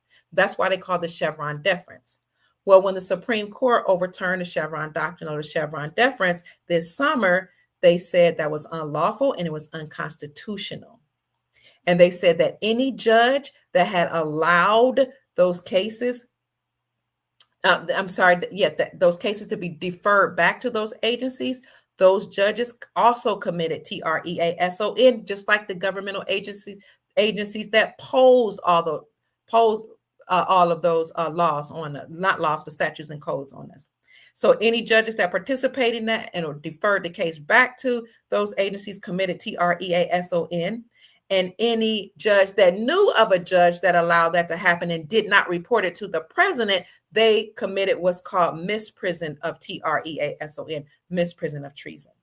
So the Supreme Court ruled in favor of our freedom, sovereignty, prosperity, and peace. And they did this officially, on the record, and overtly this summer. You can fact check me and see that the Supreme Court ruled against the Chevron Doctrine. And I have done reportings on that. So what I'm saying is you had all of this happening in order to prepare us for this time where they would likely make an announcement that the Brunson case against Joseph Biden, Kamala Harris, Nancy Pelosi, and 385 members of Congress was decided in favor of Lloyd Brunson and the Brunson brothers. And that's why Nina Rodriguez said, yes, I agree with you, Jim Willie. On the clip that I just showed you, Brunson is walking around smiling. He looks happy, like he just come from a wedding ceremony. I know Lloyd, I probably could contact him, but I'm like, no, I know he signed an NDA. Okay, but they're saying we've seen him. I've been hearing from him. He's been sending me texts. He's ecstatic because, we know that he won his case. So if indeed that comes out during this emergency broadcast system announcement, whether it be a presidential announcement or a military announcement, then that will make the whole Biden case stand down, and they will have to be judged through military tribunals, some of which have already happened and others that will happen on the television screen. So yes, this revolt and this revolution will be televised. That leads me to how we knew this would happen. Well, in February of 2023, I was talking to Gold Star Mother Susan Price, and we came upon this document, and then she sent it to me so that I can share it with our soul family members, and I did. And I said, uh-oh, they're preparing for something. Trump is about to come back. This is the Department of, what's the DOD? Department of Defense Directive 5105.76. Planning for presidential transitions and the transition of political appointees and other officials. Because remember, Jim Willie said they didn't announce the Brunson case because they knew there could be civil disorder and civil unrest once it's been declared and announced that the Biden administration cheated and committed fraudulent election practice. Then the whole administration will have to stand down, be stripped of all their credentials. People could then, take to the streets. A lot of liberals could cause, riots and all that stuff. So before that even happened, you had the Department of Defense to come out with this document, planning for presidential transitions and the transition of political appointees and other officials. And this was based on the Presidential Transition Act of 1963. It became effective August the 30th, 2022. Okay. What happened in 2022? Elections, 2020 and 2022 elections. And those outcomes of the elections are what Brunson was challenging, and the Lloyd Brunson and the trumpet players, his brothers, were challenging. Okay. So this came out August the 30th, 2022, but there was an effective change that came out February the 3rd, 2023. Cleared for public release, available on the Directive Division website. And here's the website. Transition of administration appointees and officials, this May 26, 2017. Oh, wait a minute. Reissues and cancels, the DOD Directives 5105.76, transition of administration appointees and other officials from May 26, 2017. It was approved by Catherine H. Hicks, who was Deputy Secretary of Defense. The purpose of this presidential transition document is as follows. Pursuant to the authority vested in the Secretary of Defense by Section 113 of Title 10, United States Code USC, and the Presidential Transition Act of 1963 as amended, published as a note under Section 102 of Title 3 USC, this issuance. This establishes policy for the transference of authority from an outgoing to incoming senior officials during the transition between presidential administrations or in the course of other personnel actions, including but not limited to reassignment, retirement, or resignation. Secondly, it establishes policies for the departure and arrival of political or certain non-career appointees, including those presidentially appointed, Senate-confirmed officials, non-career senior executive service members, Schedule C appointees, and other officials appointed as experts or consultants pursuant to Section 3109. Also, it assigns responsibilities for the administration, management, and direction of transition activities pursuant to Executive Order 13727. So this became effective August the 30th, 2022, and then there was an effective change date on February the 3rd, 2023, and it was cleared for public release. When that came out, I said they're preparing for a smooth presidential transition. But, it's like, haven't they always done that? Why was this now, why did it do away with the one that came out in 2017? And why has it be reissued on February the 3rd? And why is it cleared for public observation? So I'm just asking a question. Could they have been letting us know that they're trying to prepare us for a smooth transition from the Biden administration back to a Trump administration? Because remember, Jim Willie said in this clip I just showed you, they didn't want to have civil unrest or civil disorder, which is why they haven't let out the information that the Brunson case was already decided in favor of Lloyd Brunson and his brothers, stating that indeed Biden Harris and that administration participated in or allowed election fraud, and they posed a security breach by allowing illegal immigrants to come into our country, receive benefits, and allowing them to vote. And we do know that they would allow illegal immigrants in time past to vote, but we know that in this election, you didn't have to, at some sites, provide any identification or proof that you are an American citizen. So that Department of Defense statement or document that was released was based upon the Presidential Transition Act of 1963. And let me see if I can show you that. You can look it up, family. Ooh, here it is. This is a summary. In passing the Presidential Transition Act of 1963, Congress explained any disruption occasioned by the transfer of the executive power could produce results detrimental to the safety and well-being of the United States and its people. To promote the orderly transfer of power, Congress establishes a framework for the federal government to prepare for a transition from one president to another. With strong bipartisan support, the act has been amended over the years to recognize the increasing complexities of presidential transitions.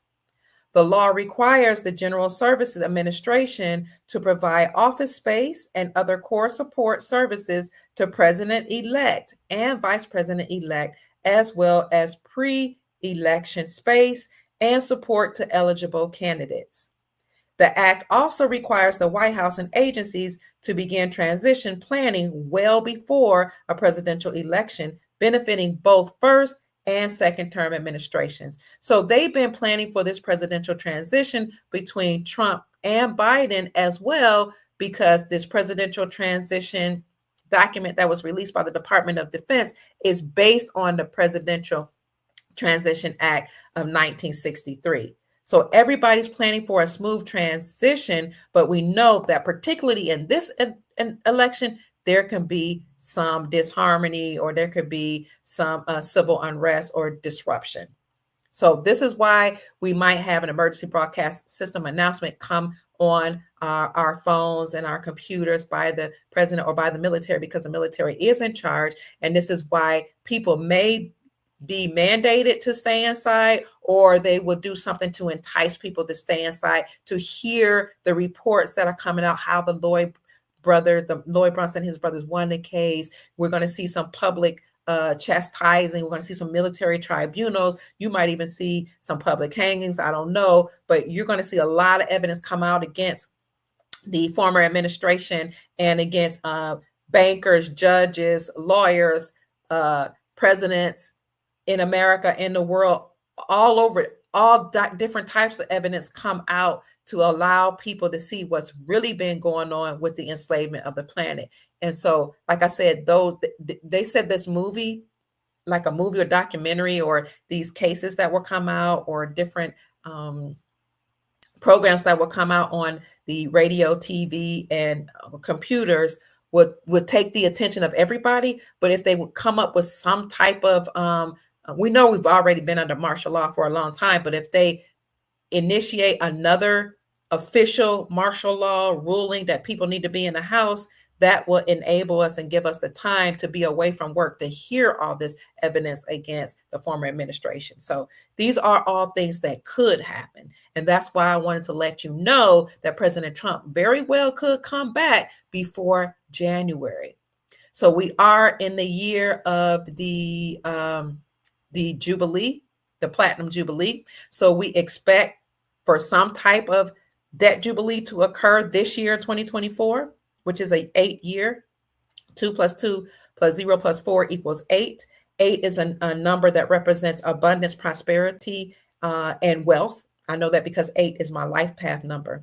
If you want to know what your life path number is, or the trajectory of your life, or what you should be doing in alignment with the mission of your life, then what you do is you add up the month, the date, and the year, Add them all up together, you'll get two numbers. Add those two numbers up and you'll get one number, and then you look up what that life path number means. My month, date, and year comes up to two numbers. I add those two numbers and then I get 8. My life path number 8 is about prosperity and abundance and wealth. And that therefore informs me, it's the framework for my life to inform me that I'm going to have wealth, and that what I should be doing in life, I should be focusing on wealth on the planet, wealth of family, generational wealth, estate planning, what else? Prosperity. And that's why I'm so adamant about talking about the National Economic Security and Reformation Act, or NESARA, and the global version of that, the Global Economic Security and Reformation Act. If you want to know what that is, look at my podcast on the Dr. Kia Pruitt Show on Rumble and YouTube. Look in the live section, because I did a video going over each tenet of NESARA and JASARA and what it means. One of those tenets, other than totally eradicating debt and having a debt jubilee in this 8-year, the year of prosperity and peace, is to also inject trillions of dollars into the global economy. And before President Trump stepped down, or I stepped in back and in the back scene or behind the scenes and allowed Biden to take, move to the forefront, he said, we're going to inject trillions of dollars into the global economy. But another tenet of NESARA was that every person on the planet will receive tens of thousands of dollars. I've heard between $10,000 a month and $100,000, either a month or one time. But what I've heard more so than not from, some of the people who are part of the NESARA claims, of farmers' claims, and some of the people also who are a part of Empress Verdiasi L. Turner Bay's claim against the United States Incorporated, those people who participated in one or both of those court cases against the United States Incorporated and the Federal Reserve, was I heard that each person would receive $10,000 into a non-interest bearing account every month for 11 years.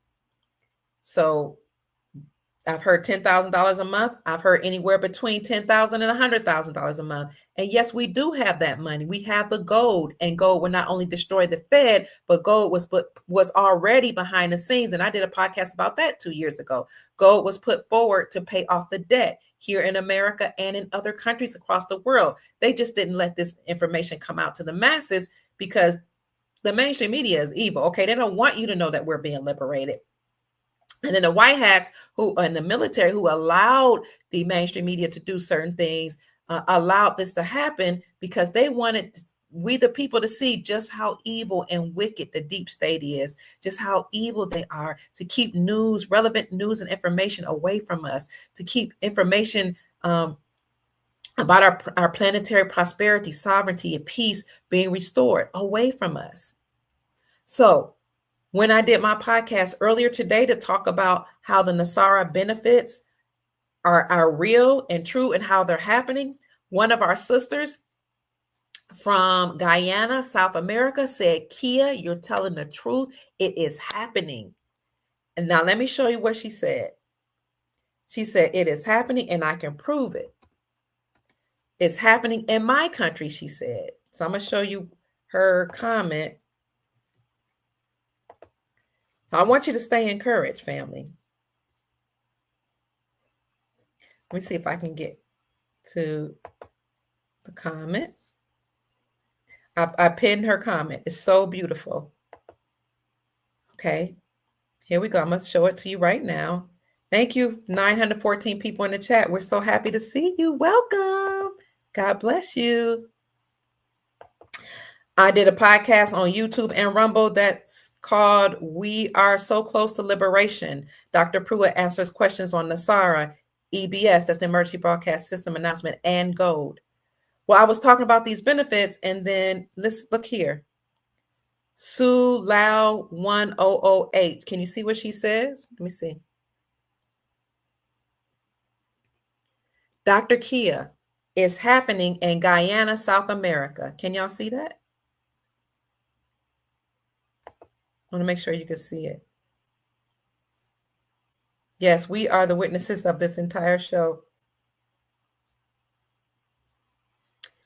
Let's see what she says. Dr. Kia, it's happening in Guyana, South America. The government is issuing $100,000 cash grant to all its citizens that are over 18 years of age. The distribution starts at the end of November this month, 2024. I told y'all this is the year of abundance. 8 is the number of prosperity and abundance. And when you turn 8 on its side, it's the number of infinity. She says the distribution starts the end of November 2024 for seniors and public servants first, and then the rest of its citizens. I thought you'd like to know. So it's happening, guys. Thank you, Sister Sue, for letting us know. And I did look it up to see if anybody else was reporting on this. So I knew you were telling the truth, sister. I wanted to see if I can find an article that I can also show our soul family members. And I said, oh my goodness, in response, that's such great news. Thank you for sharing. Then the Shar 1981 says, amen, the Guyana dollar will soon have purchasing power, showing its true value, making it become invaluable soon, bringing power back to the people. Yes, all of these countries' currencies are having their value restored back. At the end of every empire, they spin up the debt, they print a bunch of money, they rack up the debt, and then they crash that system and go back to a gold standard. So we see that happening. That's the global currency reset. It's also called the crack up boom. That happens at the end of every empire. We are at the end of the Roman Empire and the United States Incorporated, which is a part of the Roman Empire, which is why the United States Incorporated, or those bloodline families, registered themselves in the state of Delaware as a nonprofit religious organization with the Pope as the head. And it's why the United States Incorporated has the eagle as the symbol, because the eagle represents the Roman Empire. That's why the Eagles lost the Super Bowl to the Chiefs, because now the government in America has to leave the United States Empire, and the Roman Empire, the people, the government leave from their rule back to the chiefs on the land. So we're returning back to our original republic and the gold standard, which is God's money, and not only here in America, but all over the world. Then Sue says the grant is being offered also to Guyanese people living overseas, but they have to uplift their checks in Guyana with Guyanese identification. This goes along with what we've been saying about people that are living abroad. If they want to receive NESARA and GESARA benefits, they have to go back to their home countries and show proof that they are from these countries in order to receive the benefits from their nations. So if you're here illegally, you won't receive NESARA and GESARA benefits. If you're from Guyana, you're from Ghana, you're from India, from Australia, you have to go back to your home to receive the benefits. Then Sheena Intuitive Reading says it's going to happen, and we command it to be so and demand it to be so. We talked about that in this podcast. Yes, Dr. Pruitt, I agree with you and stand in agreement with you. Thank you, Sister Sheena.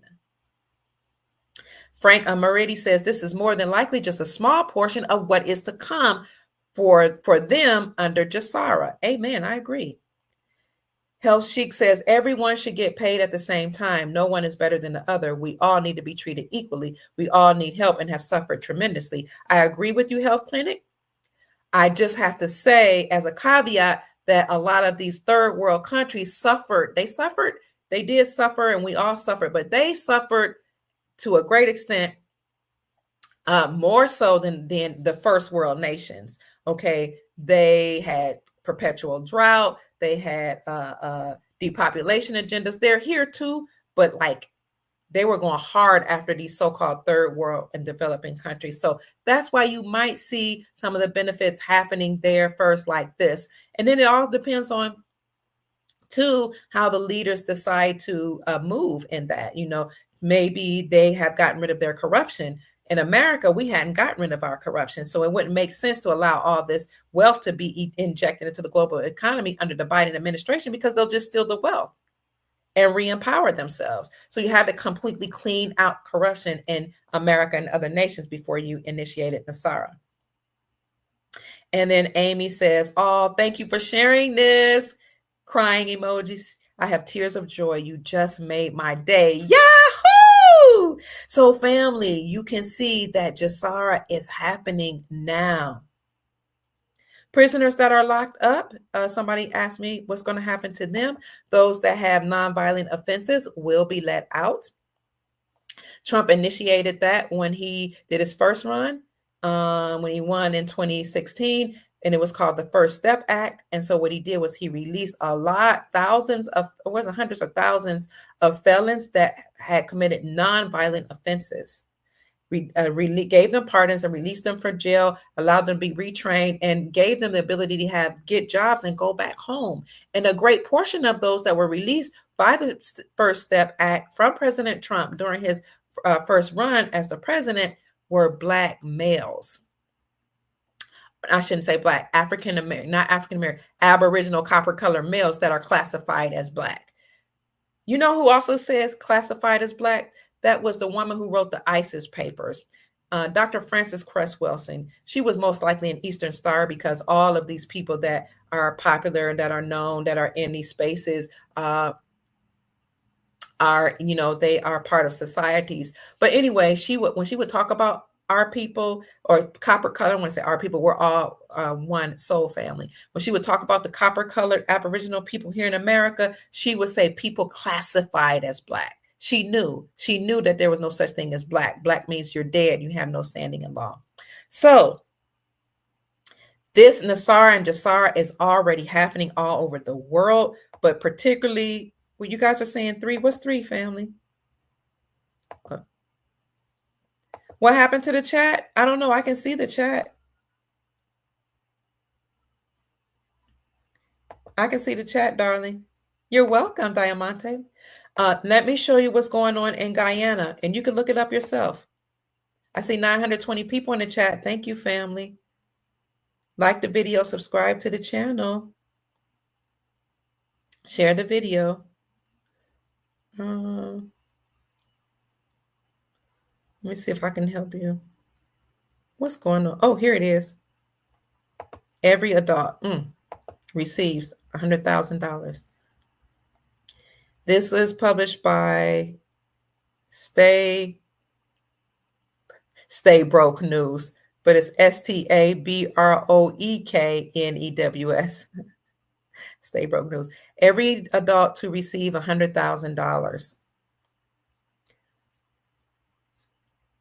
President Irfan Ali yesterday announced a revision to his previously announced cash grant incentive, saying that instead of the one-off $200,000 per household payment, each adult citizen there in Guyana, 18 years and older, will receive a one-off cash grant of $100,000. To be eligible, recipients will have to show proof of Guyanese citizenship by way of national identification card or a Guyanan passport. I now wish to announce that instead of the one-off cash grant of $200,000 to every household previously announced, my government will expand this benefit by providing a one-off cash grant of $100,000 to every adult citizen of Guyana who would have attained the age of 18 years as of the 1st of January 2024, with the simple means of verification being possession of a valid national identification and or a valid Guyanese passport. Announced via a live broadcast on radio, television, and internet. You see, this particular person announced this JSARA, or release of payments to all citizens over 18, through a live broadcast on radio, television, and internet. I have been told the same thing will happen in America and in other countries across the globe. This president did not specify when the money will be paid. There are articles that said November, but ministers within the office of the Prime Minister, Kwame McCrory, who is responsible for communications, told Stay Broke News that the payout will begin soon as work to facilitate it and had already commenced. This newspaper understands that the modalities for payment are already being worked on, and that the payout process, because of the logistics of the country, could begin soon, but take up to the first quarter of next year to be completed. However, one source said that the government wanted the payout to be executed as quickly, transparently, and effectively and efficiently as possible. This is again Guyana, South America. Sounds like NESARA to me. If this sounds like NESARA, NESARA in the chat, family, say NESARA, G-E-S-A-R-A. G-E-S-A-R-A. I want to see if this sounds like NESARA to you. Write out the word G-E-S-A-R-A, because this sure sounds like NESARA to me. Great news, and I'm so happy for our brothers and sisters in Guyana. That means we're soon to come, family. Yes, look at how many people say, yep, sound like NESARA. Yes, that's what it sounds like to me too. Hi, Love being Nubian. Hi, Selemi. Hi, Diamante. Yes, Sister Rochelle, NESARA. Look, you're saying, I see you, Sister Valerie. I see you, Pamela, eyes wide, clear.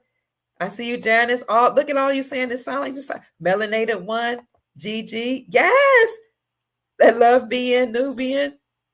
We closed it down. It sounds like NESARA, family. Now, Guyana citizens are to receive $100,000, whether they're in the country or out of the country. Let me show you how an article states that even the adults over 18 who are abroad or overseas can receive payment. I'm assuming they have to come back home, though.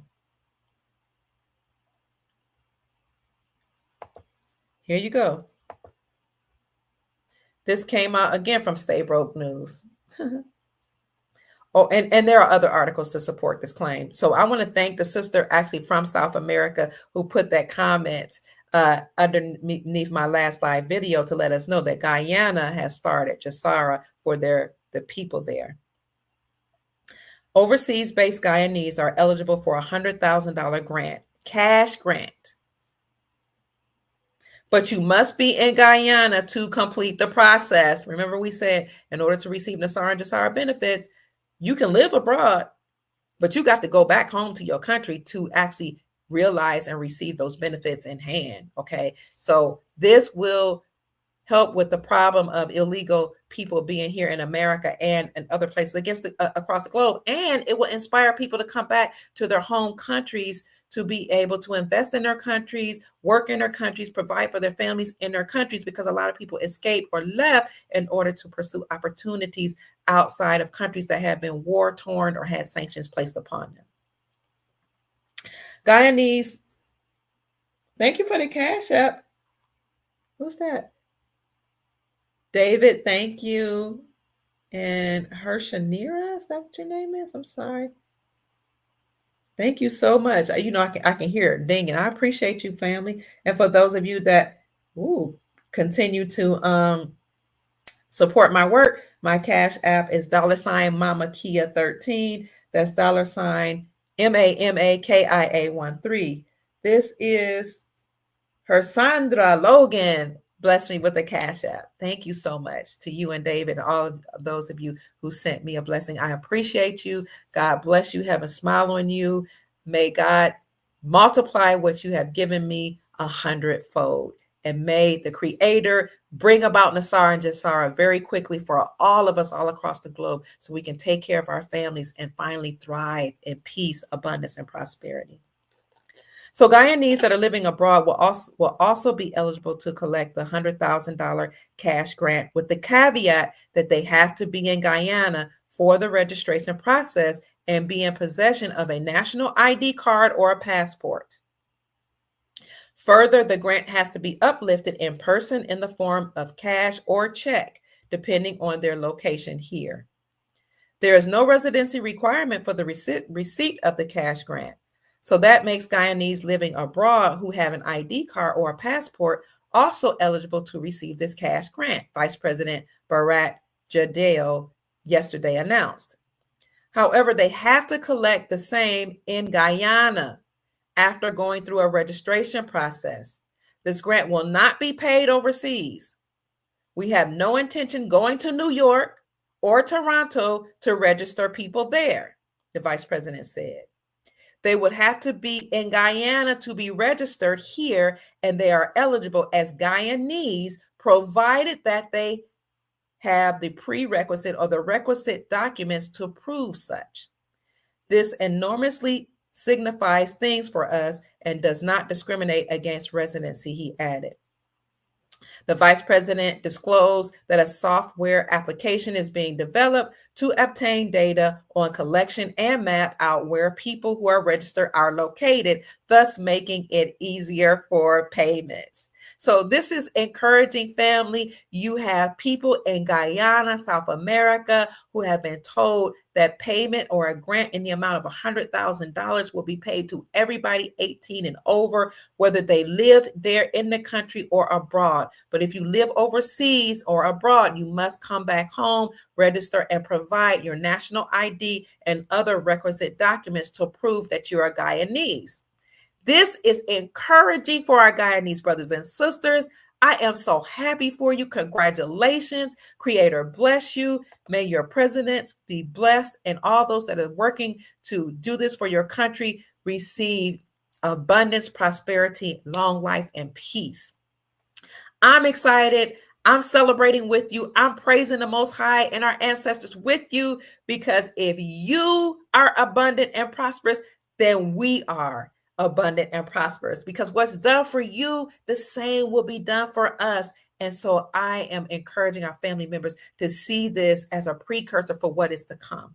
Now, here in America, we've already heard some people say, people have testified, they've been testifying for the last couple of years, that many of them have seen their mortgages disappear, their student loans be paid off by they don't even know who, from some benefactor, their car loans being paid off. I personally have seen that happen with my children, have student loans that show paid in full, and we don't know how that happened because we didn't pay on it. I know friends, or we didn't pay it off. I know friends who've had their automobiles loans wiped out, and people that have come on my channel and said, I don't know, my car loan disappeared. They said it's paid in full. And I had a friend who she owed the government $50,000. She went to the bank to make the payment, and they told her it was already paid in full. And she's like, no, take my money because I didn't pay it. And the bank said, but it shows paid in full. I'm not going to take your money. That's stealing. And she was like, please, because I don't want it to come back on me. And they said, look, ma'am, it's already done. So my encouragement, family, is it may be happening slowly in some areas, in some states, in some cities, but now it's about to happen very, very rapidly. You can mock my words. We command it to be so. Words cast spells. That's why words put in the sentences are called spelling. Words cast spells. We're casting a spell of prosperity and peace. Abracadabra means may it happen as I speak. Let it happen as I speak. We are speaking it into existence. We command prosperity. We command peace. We command world peace. We command abundance. We command trillions of dollars to continue to flow through economic and financial channels all over the globe. We command love. We command joy. And we command the whole planet to ascend to high vibrational dimensions where we all will be perpetually healed, perpetually joyous, and perpetually love-based. We command it to be so. So we're not begging God. We're not begging the angels. We're not begging the ancestors. We command this to happen now in our reality, on our timeline, and we command it to happen swiftly, effectively, and efficiently. And we have the power to do so because we are God beings. How can you say we are gods, Dr. Pruitt? How can you say we are God beings? Because one of the universal laws that rule and govern the planet is the law of oneness, that we all came from source. Everything, the plants, the animals, humans, everything, the insects, came from source, and therefore source is contained inside of us. And if we exit the planet, we will return to source. As such, you are God beings. And if you're a Christian, you know the scripture says, ye are gods. Fact check me on it. The scripture says ye are gods. One particular place is Psalms 84. And I don't know if it's 84 and 10, 84 and 11, but the 84th chapter. somewhere in Psalms and elsewhere, also in the New Testament.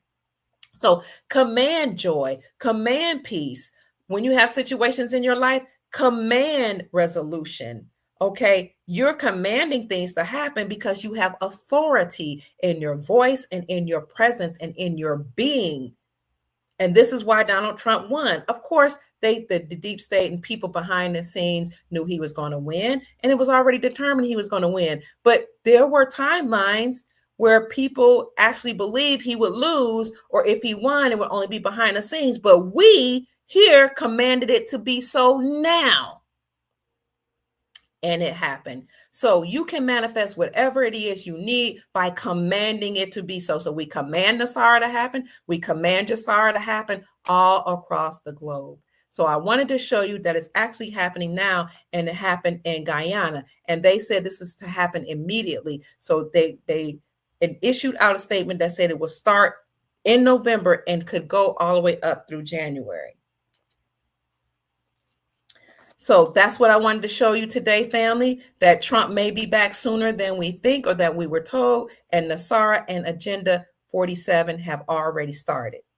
So what's Agenda 47? I'm just going to briefly show that to you because I don't want to keep you on too much longer. It's after 11. If you go to donaldtrump.com/Agenda 47, you will see his platform.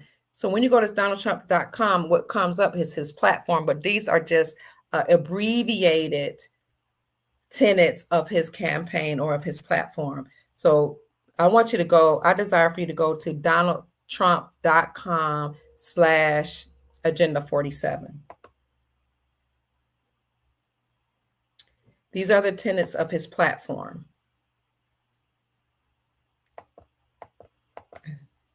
Somebody says, thank you, Dr. Pruitt, for all you do to inform the community. You are loved and appreciated. Thank you, Sister Mary Jones. I love you. Hi, Justice.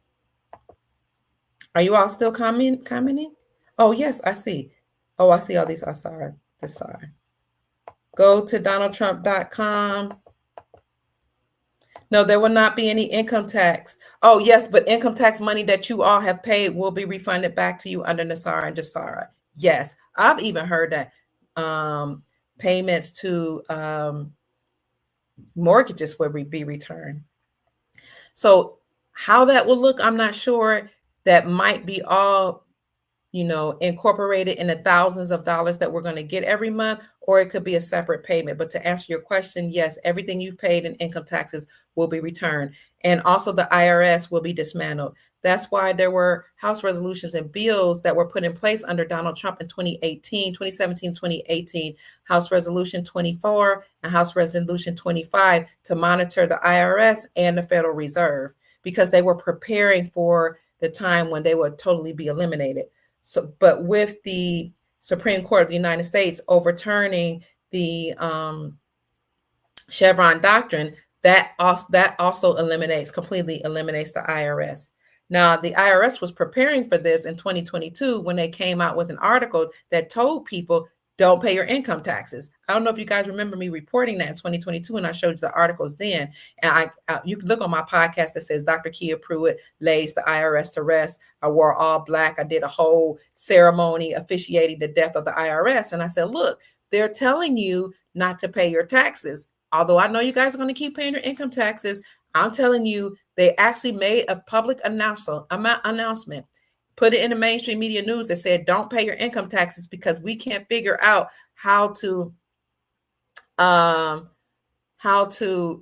reconcile our records from the, the stimulus checks. They didn't know how to balance the records. So don't pay your income taxes. But what I said to people, I said, if you decide to go ahead and pay them, you do know that paying income taxes is voluntary. Okay.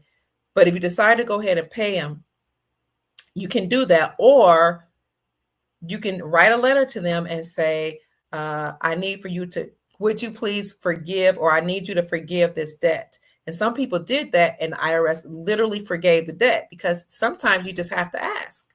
Okay. And I learned that from somebody whose husband actually used to work for the IRS. She's been telling us that since 2017. And so I told people, write a letter saying, I need you to forgive the debt. or write a letter telling them that you can't afford to make payments right now because of the global pandemic and the shutdown, or you can't make the payments because of you having financial issues. Or I said just to keep putting it off until an official announcement was made. Now, I'm just saying this for education and entertainment purposes only. This is what I told my family to do. You don't have to do it, of course, but the IRS is defunct, insolvent, and according to the overturning of Chevron doctrine by the Supreme Court, they have to stand down because they're unlawful. They're not a part of our government. They have been monitored for some time, and they are now forced to stand down. Look at all the people saying NESARA. Yes, NESARA. You see that? This announcement that Guyana will receive $100,000 grant, each citizen over 18, sounds like NESARA to us. Oh, New Priest says, I look forward to meeting you in person, love. It would be my great pleasure. Hi, Derwin Evans. Hi, Daughters of Cyan. Hi, Sister Harvetta. Sister Pamela says, I have a dear Guyanese friend in Frederick, Maryland. Can't wait to share this with him and his wife. Yes. So the articles, you can Google them. If I remember, I will put them in the description section for you guys. Pammy Sue Bob says, this is my first time seeing you tonight. I just happened to come across you on the live Rumble. I can't wait to go back and read and listen to all your other stuff. Praise God. I'm so happy you're here. Welcome to our soul family. We all love you and support you in this journey, and we look forward to you receiving abundance and prosperity and wealth. So one of the ways you can do that is through NESARA and NESARA, but also by getting foreign currencies. And our family members will put in the chat which ones you might want to look into, like the Iraqi dinar, the Vietnamese dong, Venezuelan bolivar, Zimbabwean zim, Afghanistan Afghani, Russian ruble. I don't know about the Russian ruble. I think it was the strongest performing currency in 2022. What else? Indonesian rupee, the Indian rupee, Indonesian rupee, and the Indian rupee, I think, and many other currencies that you might consider. Or if you have a savings, you might consider rolling it over into silver or gold. Now, I'm not into selling silver and gold as much anymore because I haven't been podcasting like I used to because YouTube kept censoring me. So I had one channel, they got rid of that. Then I did another channel, they got rid of that. Then I did a third channel, they got rid of that. So then I went and registered for a fourth channel, they got rid of that. I registered for a fifth channel, they got rid of that. I came back with a sixth channel, they got rid of that. Came up with a seventh channel, they got rid of that. And I just kept appealing till they finally allowed this channel to be back online. And through over time, and they waited to President Trump almost to election time to say I can come back and I can monetize my channel. They first just start taking away videos and censoring me, and then they start taking away my channels. Then they stop allowing me to monetize my channel, which means that I would get paid through the ads that are on my channel. They stopped allowing me to monetize, and even the money that I had made from my previous channels, they kept that money. So they kept me from being paid because they didn't want this information out. But I just kept posting on Twitter, somewhat on Rumble and Facebook, but I was getting censored on all social media accounts. And you guys know that that's not only just happened to me. I'm not a unicorn. That's been happening to a lot of truthers, that they just were censoring us. And this is why a year ago, I think it was, or 2 years ago, President Trump actually made an announcement from Mar-a-Lago. He wasn't even the president-elect then. We know he was still the commander-in-chief, but most people didn't know that. He came out with an announcement a year or two ago called the Digital Bill of Rights Act, and he did it on the anniversary of the Bill of Rights. He made that announcement from Mar-a-Lago that said, I'm coming up with the Digital Bill of Rights Act because I am I'm coming against mainstream media and saying they cannot censor the people. Mainstream media can't censor people. Social media cannot no longer censor people. And if they try to do so, then I'm going to penalize them and make sure they get no funding and make sure their assets are frozen. I did a video on that when he made that statement from Mar-a-Lago. So President Trump has still been operating in his presidential capacity. And that leads me to Agenda 47. Hi, Sister Lassiter Bay. She says, I think it's happening all over the globe. Iraq is doing a census for the same reason. And I heard Iraq was ready to go, that they are ready. They've already revalued their currency behind the scenes and put a new rate on it. And that, soon, if you have this Iraqi dinar, you'll be able to go to Wealth Management Center, also known as a bank, to get a return on your investment. Love Nubian says, my friend moved to Rwanda. She's going to be happy and upset. No, you don't need to sign up for a quantum account. My overstanding, what I've heard, is that each person already has a quantum account. And the quantum account is sentient, which means that it's living. It is living is a real live system that can read and detect energy, has energy sensors. It can detect your energy. It will know that it's you, and only you will be able to access that account. It is a gift from our galactic brothers and sisters that some call the Galactic Federation of Light, or these interdimensional beings that are positive ones that are helping to liberate humanity. They're working with government officials, financiers, and other people to make sure that we get this wealth and to make sure that the nefarious entities are gone. And they've gifted us with this quantum financial system to ensure that our money is safe. So you don't have to sign up for it. There are people online that are posing as me and posing as other podcasters and posing as, financiers, saying, oh, contact me at this email to make sure your quantum account is set up. Don't fall for it. Don't send anybody any money that you don't know. Okay. Because there are scammers out there that are doing that. Your quantum account, according to what I know, has already been set up. If it hasn't already been set up, you will receive an official announcement from your financial institution that at where you're already, doing certain things, banking. Okay. So you don't have to set those up. No, that was an excellent question.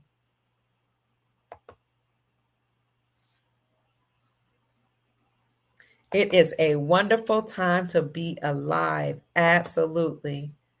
I saw something about no one can have citizenship in two countries. Oh, well, that would make sense. But a citizen right now, people have notice he didn't say, they said that the article said, the topic that the heading of the article said that $100,000 would be given to each citizen. But in the article, the vice president and the person reporting this said that you have to present national ID.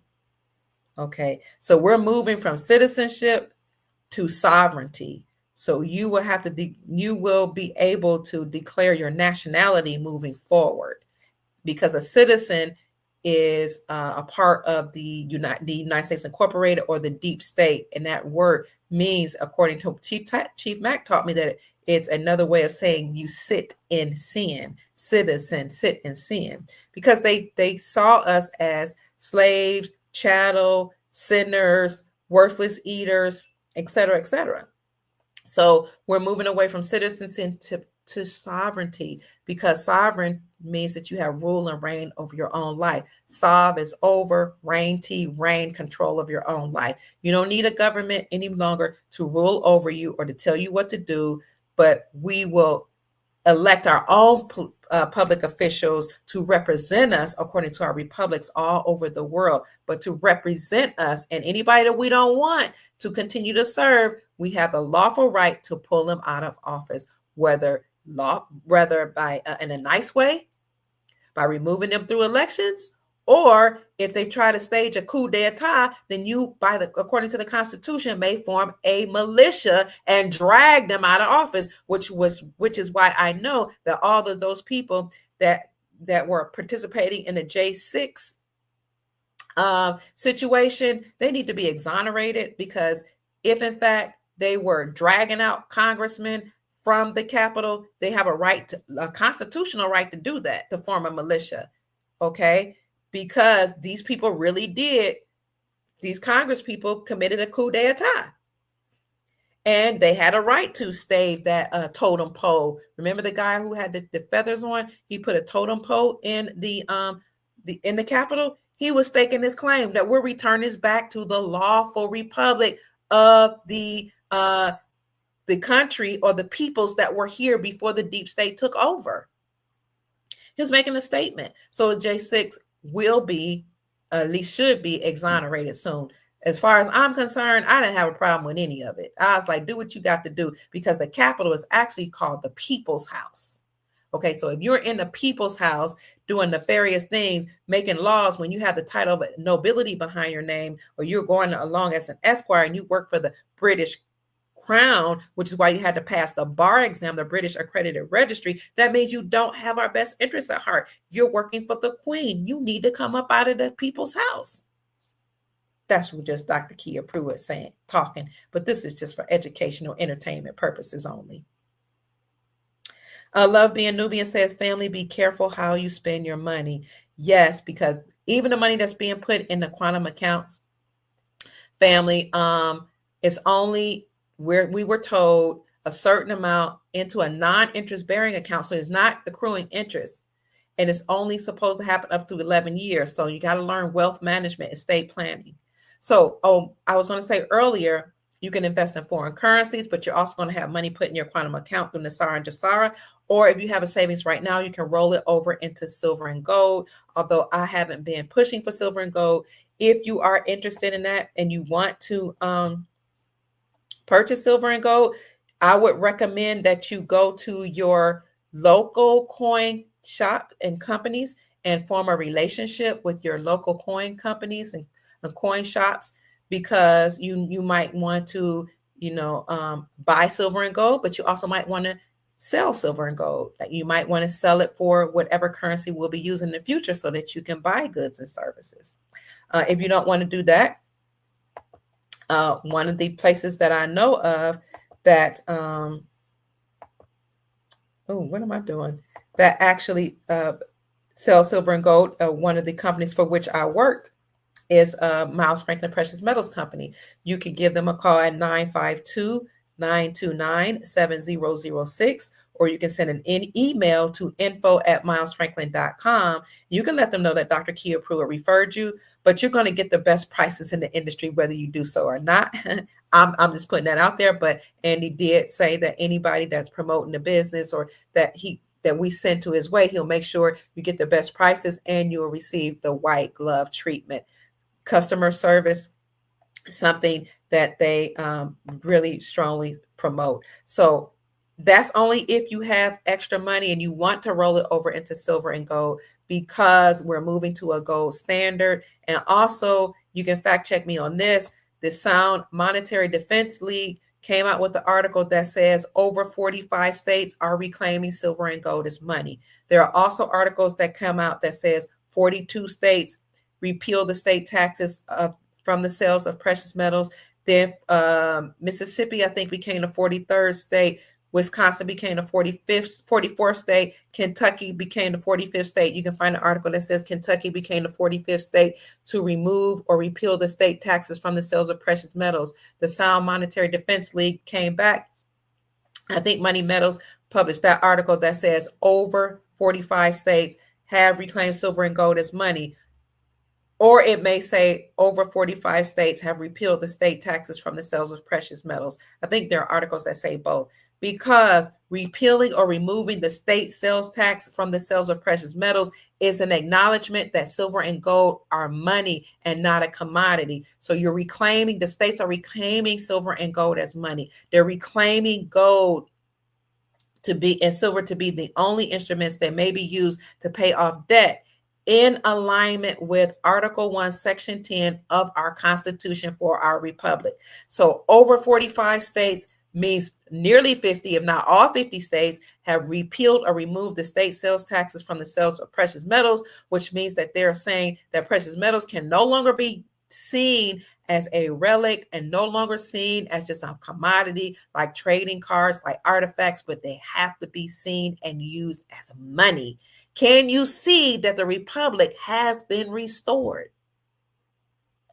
I've also shown you paperwork that shows that the United States Incorporated is defunct, insolvent, and bankrupt. So knowing that the United States Incorporated, who usurped authority from our republic, is bankrupt and insolvent, you must know that the republic, which had been operating side by side with that unlawful government, is still standing and being restored. So I started off saying Trump may come back as sooner than we think, especially once the Brunson case, which has already been determined and ruled in favor of Brunson, that Nancy Pelosi, Kamala Harris, Joe Biden, and 385 members of Congress posed to be a nuisance and security breach to our nation and participated in or had some knowledge of election fraud, which then would totally make the whole 2020 and 2022 elections null and void.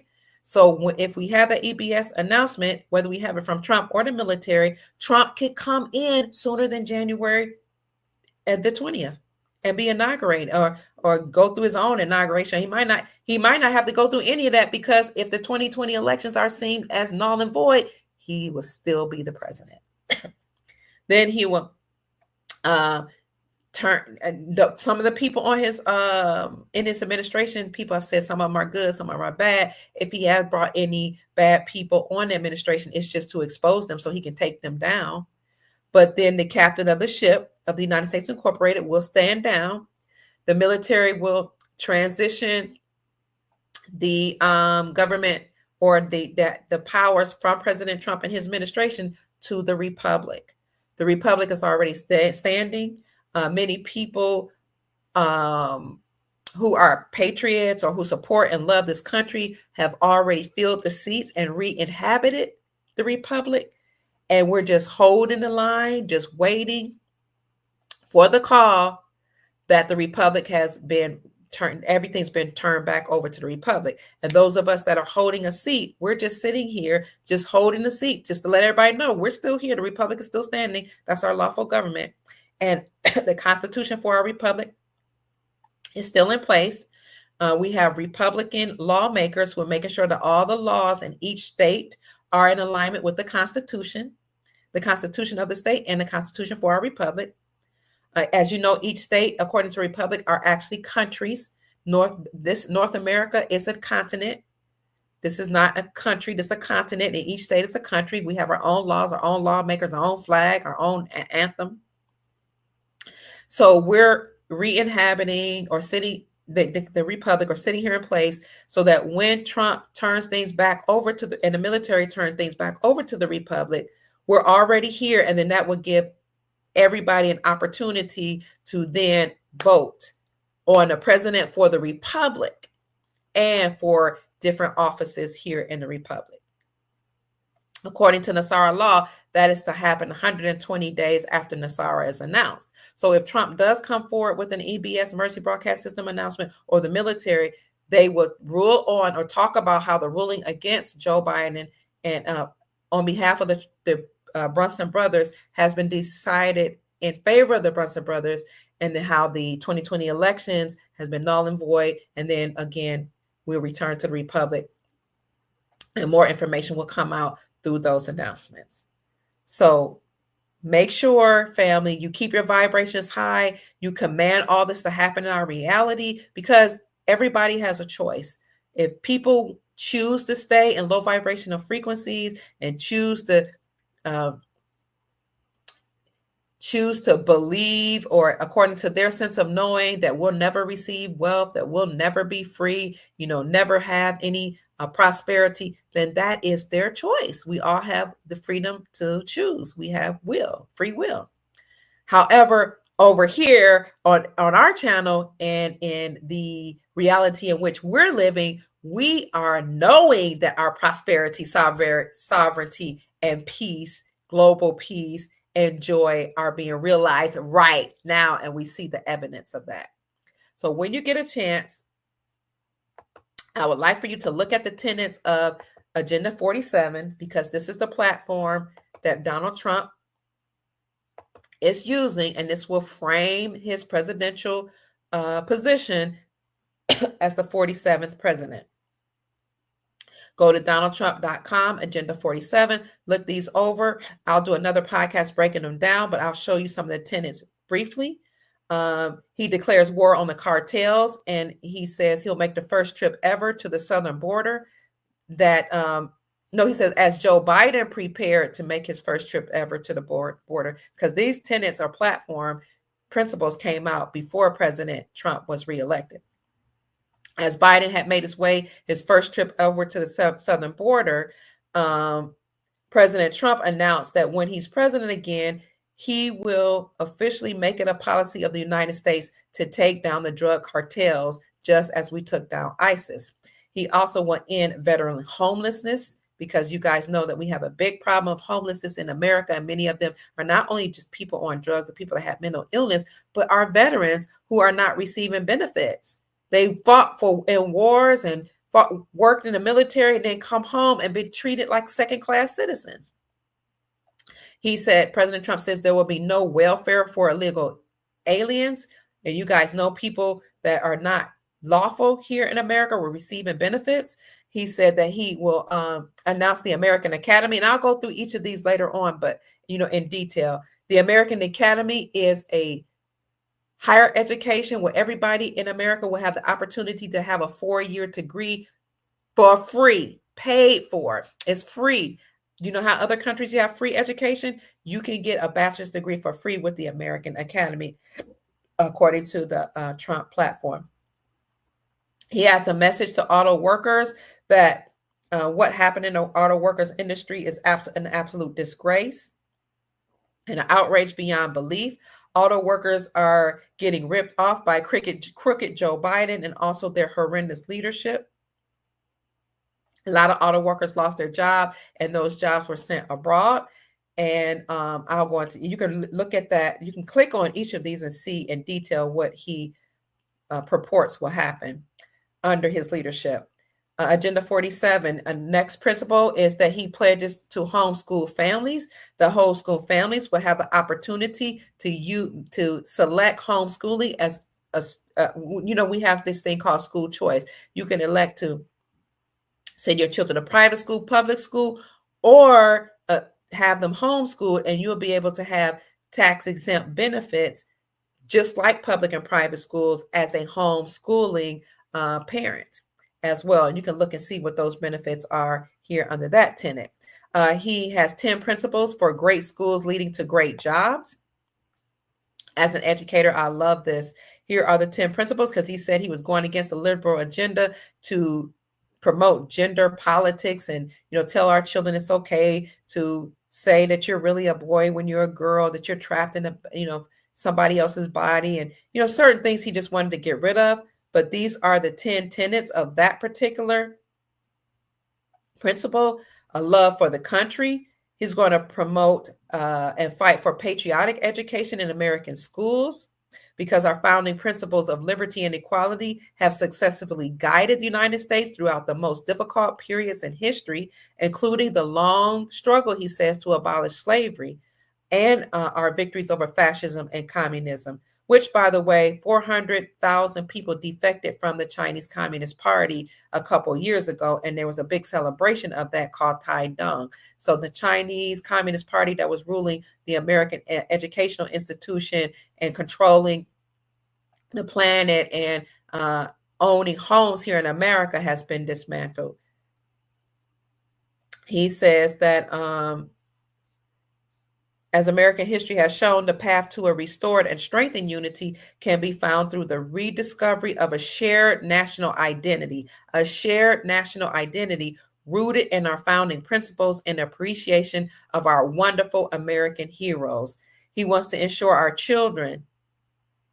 that our children know the truth about American founding, to learn the stories of our remarkable heroes, to discover the glories of Western civilization, and come to appreciate the United States as the freest, most prosperous, and most virtuous nation in the history of the world. So the first principle of this particular, the first part of this principle 10 principles for great schools. Love of country. Number 1, restoring parental rights. Number 2, love of, oh, wait. Let me go back. I'm sorry, I'm trying to go too fast. Principle number 1, restoring parental rights. Number 2, great principles and great leaders. Number 3, knowledge and skill sets, not critical race theory and gender identification. Number 4, love of country. Number 5, the freedom to pray in our schools. Number 6, safe, secure, and drug-free schools. Number 7, universal school choice. Number 8, project-based learning, meaning that students can learn using their hands, because he's preparing them to go to work when they get older, or to operate in their capacity of using their gifts and talents. And that's why he said he want project-based learning. And I think I'm on number 9, internships and work experiences. And then number 10, jobs and career counseling. So I'm an educator, so I wanted to go over those tenets for great schools. Next, and again, we can do another podcast going over these in detail. I've been on 2 hours and 44 minutes. Oh, let me hurry up. Next, America must have the number 1 lowest cost of energy and electricity on earth. The next tenet is we're returning to production of essential medicines back to America, and we will end Biden's pharmaceutical shortages. And this right now is the precursor to the med beds. So we're going to have some herbal medicines and other pharmaceutical modalities to help get rid of diseases, because President Trump, and he says it in his report, is trying to figure out why so many of our children are sick and address those issues through herbs and or traditional pharmaceutical. But I'm saying this is the precursor to the med beds and other technology that's being released through the Galactic Federation. The next tenet is President Trump calls for the death penalty for anybody that commit human trafficking. And what he says here is, I will urge Congress to ensure that anyone caught trafficking children across our border receive the death penalty immediately, he said, as President Trump took historic actions to combat human trafficking and will reinstate his successful policies once he returns to the White House. So you see, he's not playing. If he hears of or finds out that anybody is participating in trafficking, you get the death penalty. And I love it. Let me get back to the next principle. The next principle, rescuing America's auto industry from Joe Biden's disastrous job-killing policies. He says here, Joe Biden is waging war on the United States automobile industry with a series of crippling mandates that were designed to force Americans into expensive electric cars, even as thousands of electric cars are piling up on car lots and they are unsold. President Trump said this ridiculous Green New Deal crusade is causing car prices to skyrocket while setting the stage for the destruction of the American auto production. So Joe's Green New Deal thing was saying that we must use electric cars. The real reason for that is because a lot of those electrical parts come from China. Okay, President Trump is getting rid of that because, he's making sure we dismantle those type of agreements. Additionally, those cars are very expensive. They take longer to charge. You only have certain charging stations, like 1 or 2 or 3, and none in some cities. And so it's ridiculous. So President Trump is getting rid of that. Next, he's rebuilding America's depleted army. Can you all see this? Yes, you can see that.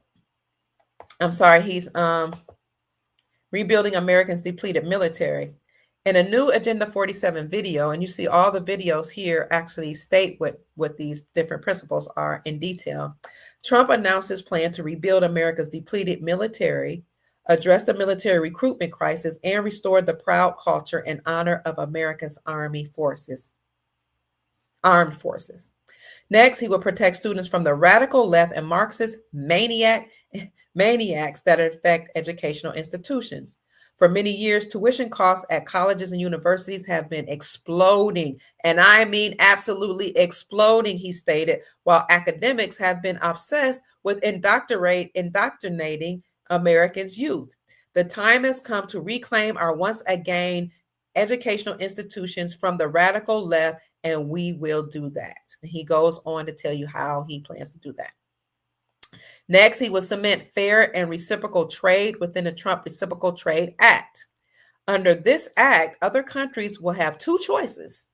They'll either get rid of their tariffs on us, or they'll pay us hundreds of billions of dollars, and the United States will make an absolute fortune from it. I love that. He says, for example, if India, China, or any other country hits us with a 100 or 200% tariff on American-made goods, we'll hit them with the same exact tariff. In other words, 100% is 100%. If they charge us, we charge them. An eye for an eye, a tariff for a tariff, same exact amount, end quotes. How can you not love these policies? We are indeed making America great again. The next tenet of Agenda 47, which is his platform, President Trump's platform, we will use empowerments to cut waste, stop inflation, and crush the deep state. I'll use the president's long recognized empowerment power to squeeze the bloated federal bureaucracy for massive savings. This will be in the form of tax reductions for you. This will help quickly to stop inflation and slash the deficit.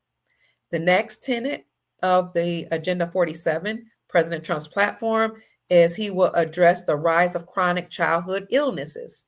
Too often our public health establishment is too close to Big Pharma. They make a lot of money, Big Pharma does. Big Pharma, big corporations, and other special interest groups do not want to ask the tough questions about what, in fact, is happening to our children's health. Got a lot of children coming up with cancer, even in the mother's womb. How does that happen? Where the mother may or may not have cancer, but the child has cancer in the womb. Children are coming out the womb very sick. And many of our babies are just leaving this planet with illnesses, and nobody's addressing this. Well, certainly not under the Biden administration, but Trump is going to get to the bottom of it. Next tenet is ending the scourge of drug addiction in America. Too often our public health establishments, they reiterated what he said here. Let's see what he says about ending the drug addiction, because they just accidentally replicated what he said about the tenet before that. We will not rest until we have ended the drug addiction crisis, President Trump said. Notice they were calling him President Trump even before, because these Agenda 47, I did a whole podcast on this in March. So they were still calling him President Trump. We will not end until, and I'll, my next video, I'll give you a clip from that podcast that I did in March, where I break down the tenets of these different principles. So we'll not rest until we end the drug addiction crisis, Trump said. For 3 decades before my election, drug overdose deaths increased every single year. Under my leadership, we took the drug and fentanyl crisis head on, and we achieved the first reduction in overdose death in more than 30 years. President Trump finally signed the Support Act, the largest investment ever in combating the opioid epidemic. And so it goes on in this article here to discuss more about that. Let's get to the next tenet. He will celebrate 250 years of American independence at the Ohio State Fairgrounds. This is going to happen next year in 2025. So, wow, he said 3 years from now, the United States will celebrate the biggest and most important milestone in our country's history, the 250 years of American independence. That's why, as a nation, we should be preparing for the most spectacular birthday party we've ever seen. We want to make it the best time of our lives. And you can look for articles that says Iowa is already preparing for the 250 years of celebration, for our anniversary, 250 years of being free. 250 years of American independence. It's going to be huge. It's going to have a lot of things happening on the fairgrounds, a lot of athletes, high school athletes performing, and you can click, you can hear him speak on this video, or you can click here and it'll share more details.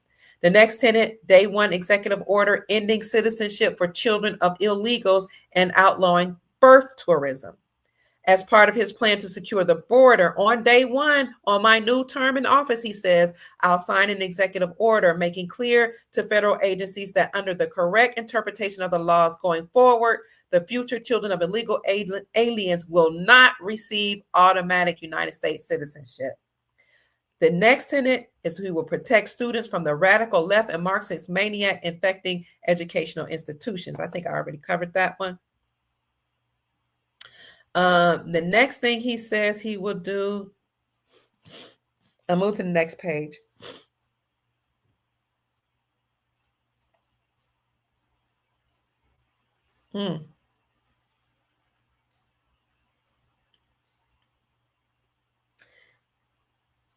Next tenet, ending the nightmare of the homeless, drug addictions and drug addicts, and dangerously deranged.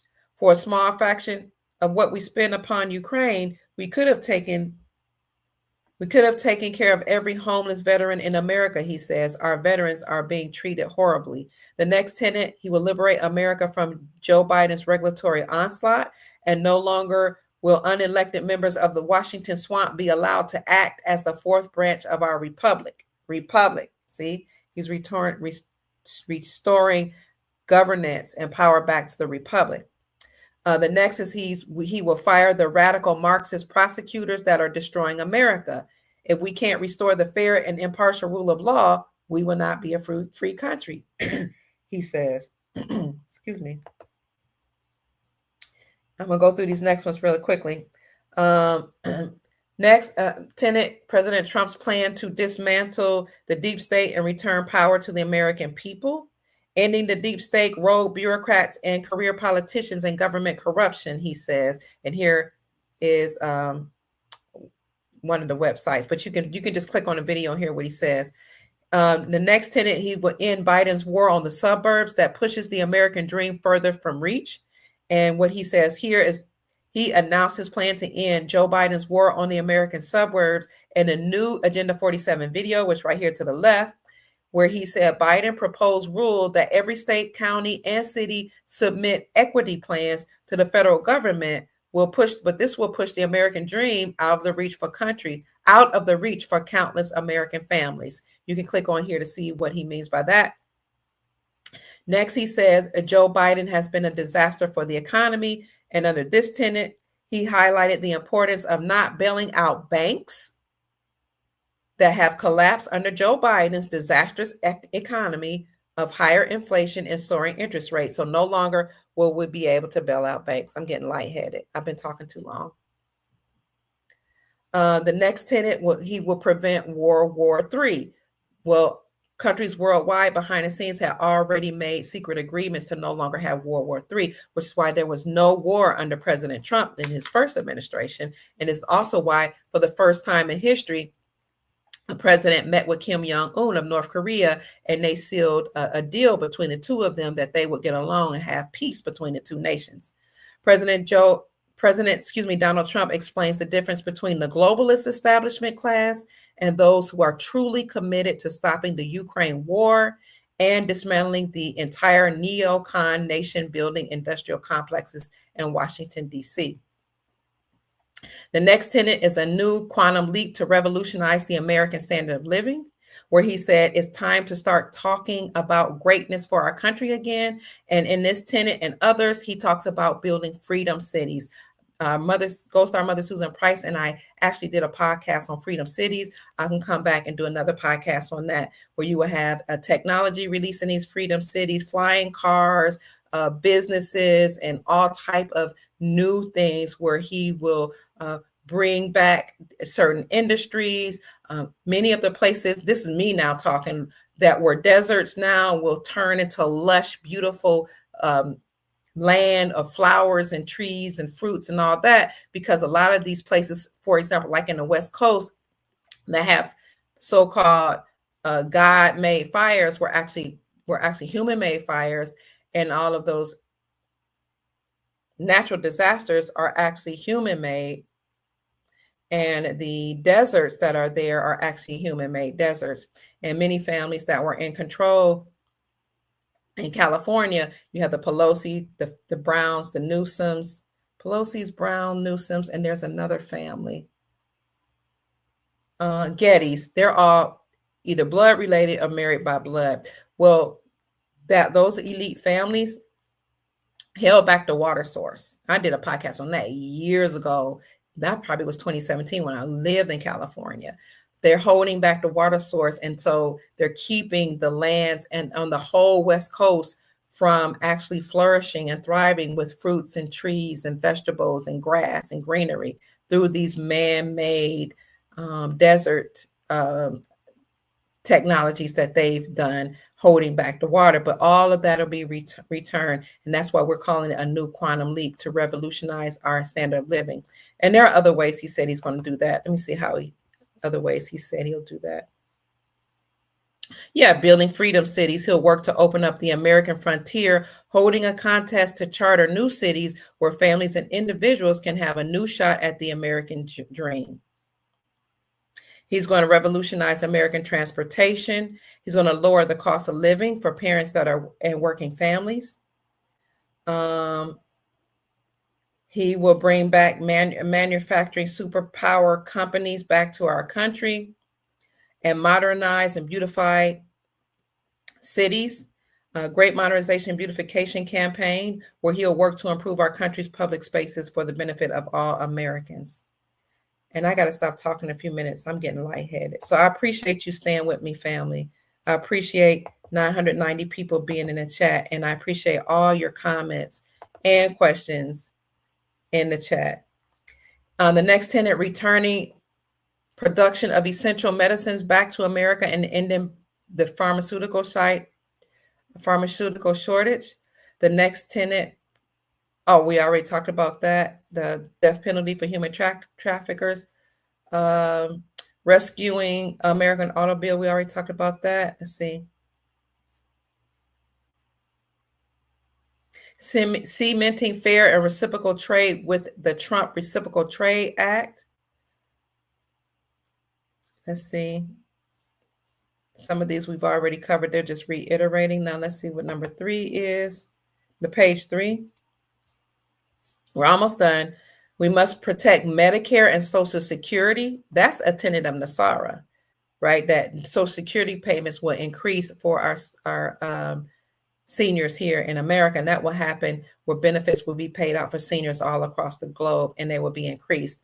Under no circumstances should Republicans vote to cut a single penny from Medicare or Social Security. These are all the things that are about to happen right now. You can even see articles that are being published right now that says seniors will receive an increase in their Social Security benefits. President Trump in his next tenet will stop China from owning America. He says, I will ensure America's future remains firmly in Americans' hands. And that will happen. By the way, the largest real estate investment firm owned by China is called Evergrande. Some people call it Evergrande.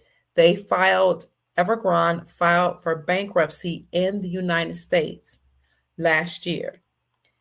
Why is Evergrande a Chinese-based, Chinese Communist Party owned real estate company filing for bankruptcy in the United States? Because they owned a lot of land here in the United States.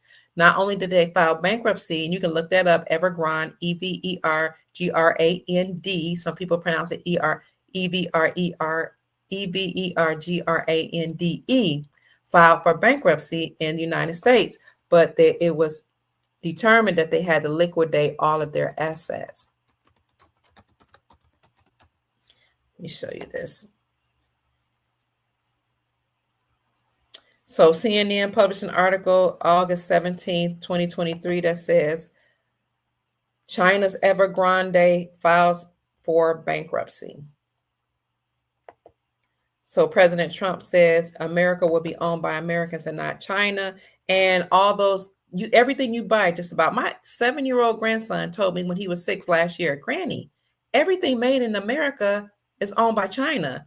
I was like, how do you know that? He said, just look on the packages of everything, look on the clothes. It all says made in China. Why is that when we live in America? He said, people in China should be making American products. I was like, wow, you're brilliant. By the way, his name is Amin Ra, actually named after the God of the Sun. When when my daughter was pregnant with him, he came to her in a dream and said, my name is Amin Ra, and told her what his vision was and his mission was on earth. So she was like, okay, she was going to name him something else, and she named him Amin Ra. But if a 7-year-old child can see that China should not be owned in America, then surely we as adults know the same thing. So President Trump is going to stop that. He's going to bring the factories back home and not allow China to make our goods and services. And if they want to sell anything to us or do business with us, they will have tariffs.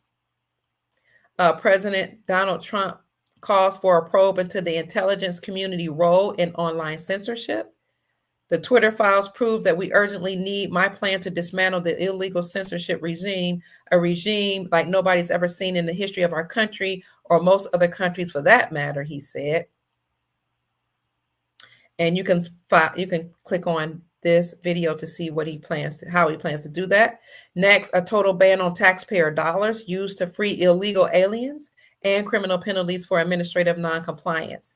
He states the most important reform needed right now is total ban on Biden's using taxpayer dollars to free illegal aliens and criminal penalties for administrative noncompliance, which happens every single minute of the day. And finally, President Trump's last tenet of his platform is a free speech policy initiative, whereby he announced this new policy initiative is aimed to dismantle the censorship cartel and restore free speech. As my 7-year-old grandson, he's now 7, and my 8-year-old granddaughter told me, Granny, the First Amendment of the United States has to deal with freedom of speech. So why are your platforms censored? Why are your videos being taken down? Why are you being demonetized? You know, these young people, they know about social media. Why is this happening when we're supposed to have free speech? President Trump says he is attacking that and ensuring free speech. And again, he wrote something called the Digital Bill of Rights Act, and he did that during the anniversary of our Bill of Rights. Whew. So you can find all that I just showed you at donaldtrump.com/agenda47. And then finally, let me show you what I just talked about, where China's Evergrande filed for bankruptcy.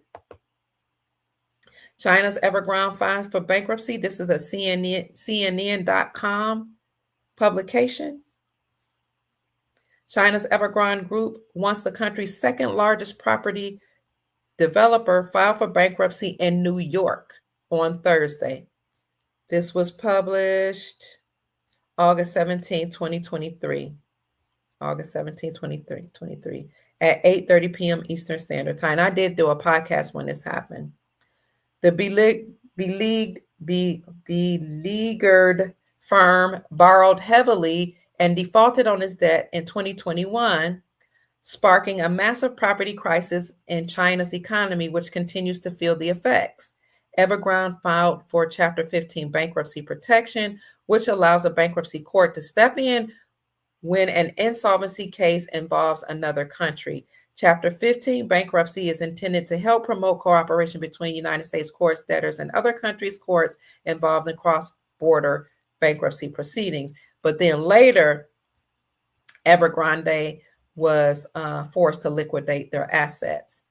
And then along with that, just to show you that Trump has been eradicating the Communist Chinese Party, I want you to see that 400,000 defected from the CCP? Was it 400,000? Or defected from the CCP? I might have to go to Google for that. 400. Oh, 400 million people. I said 400,000. No. 400 million people defected from the Chinese Communist Party.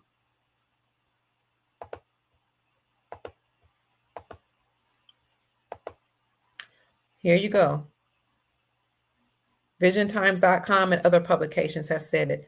Chinese Taidong movement counts 400 million people who have renounced communism. Then they had this big celebration in New York called Taidong, where because they counted that 400 million people had stepped down, because a lot of these people that were part of Chinese Communist Party, whereas some of them did it knowingly and willingly, there were a lot of them that did not want to participate in the CCP. And so they were commissioned by their government or by the nefarious entities that controlled their government to infiltrate every segment of our society here in America and elsewhere in other countries. And this is why the former CIA director, what is his name? I think it starts with a P.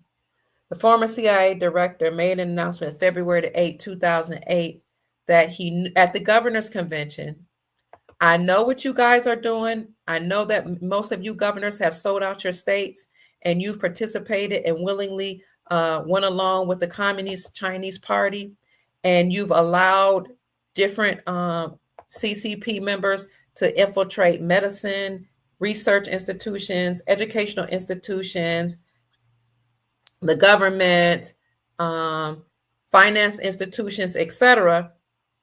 And he also said, I have a report card showing and rating you governors. He said this at the governor's conference, February 8, 2008, ranking you on the report card from A to F, your compliance with the Chinese Communist Party. So I'm telling you right now, you need to stand down and step down and do the right thing. And he said that right before COVID and the whole shutdown of the world. Do the right thing, remove the CCP now, because if you don't, we're going to come after you. And I know what's in these reports because I'm a former CIA director.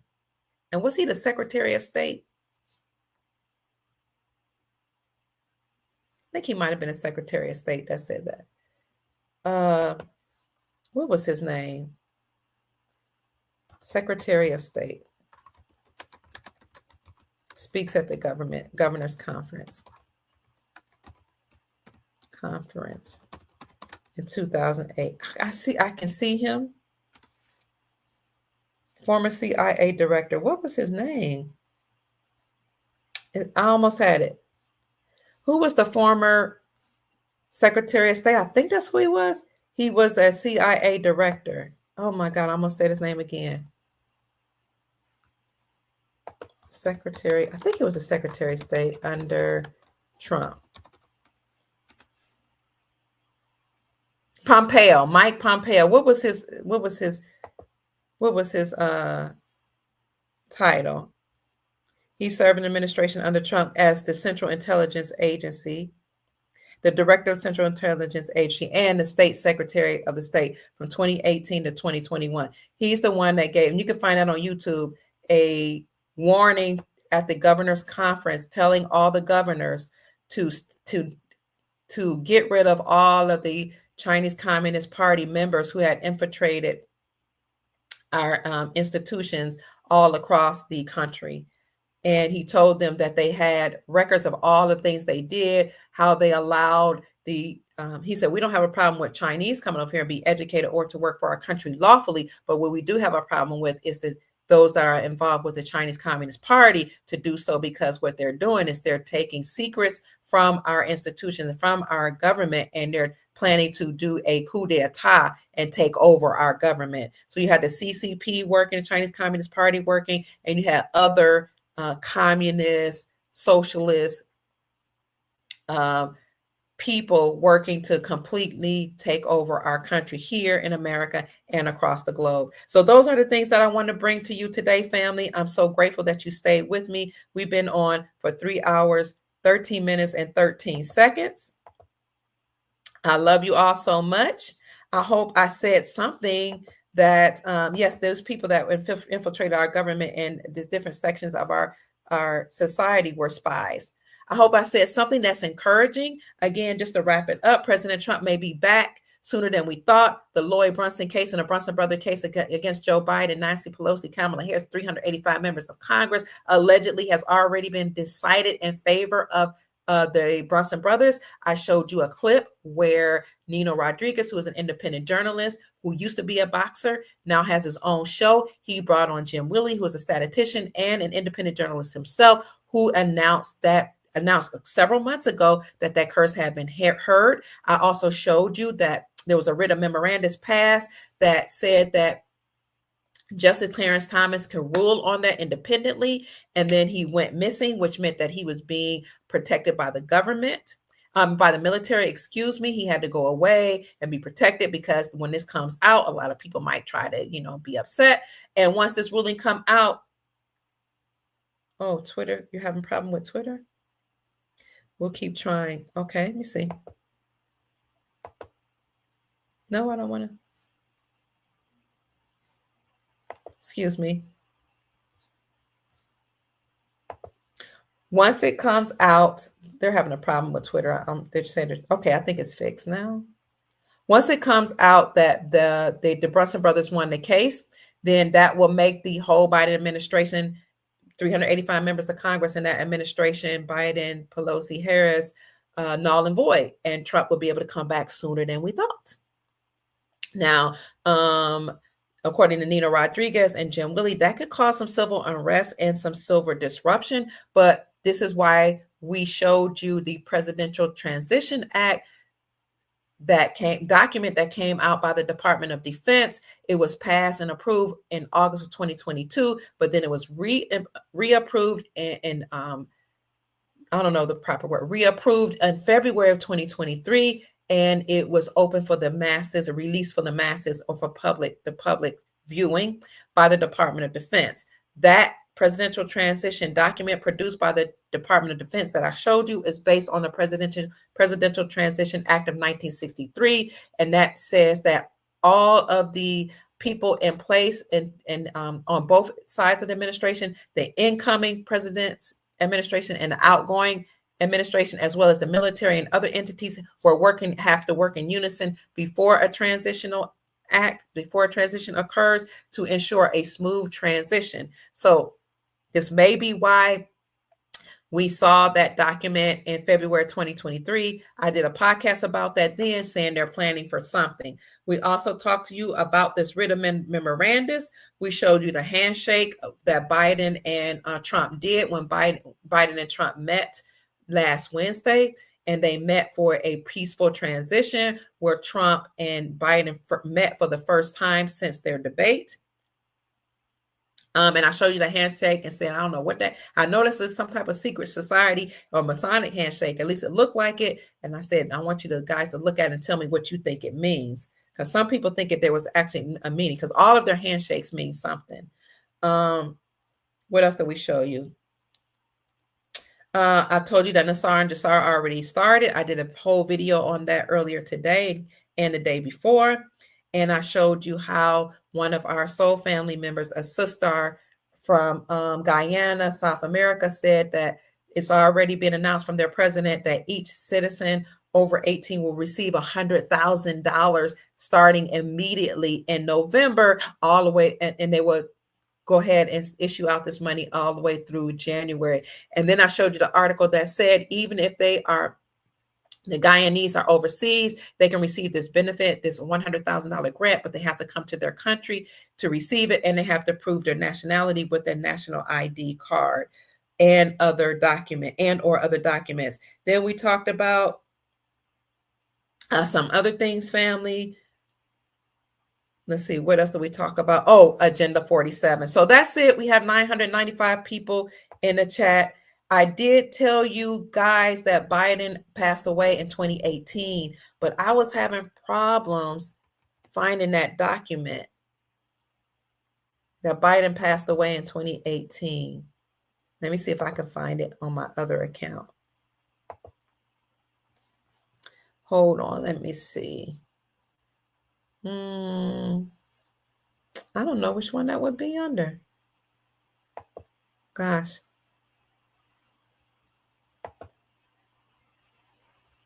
I don't know which. I'll have to see if I can find that document because it was on one of my YouTube channels. But I did do a video. Let me see if I can find it on my channel.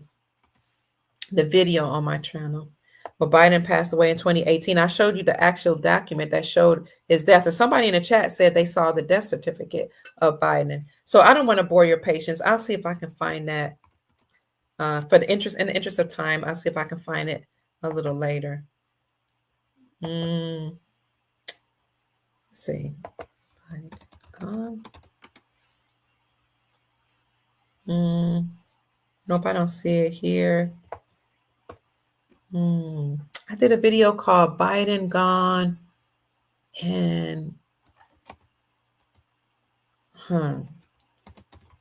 NESARA is here or something like that. Let me see.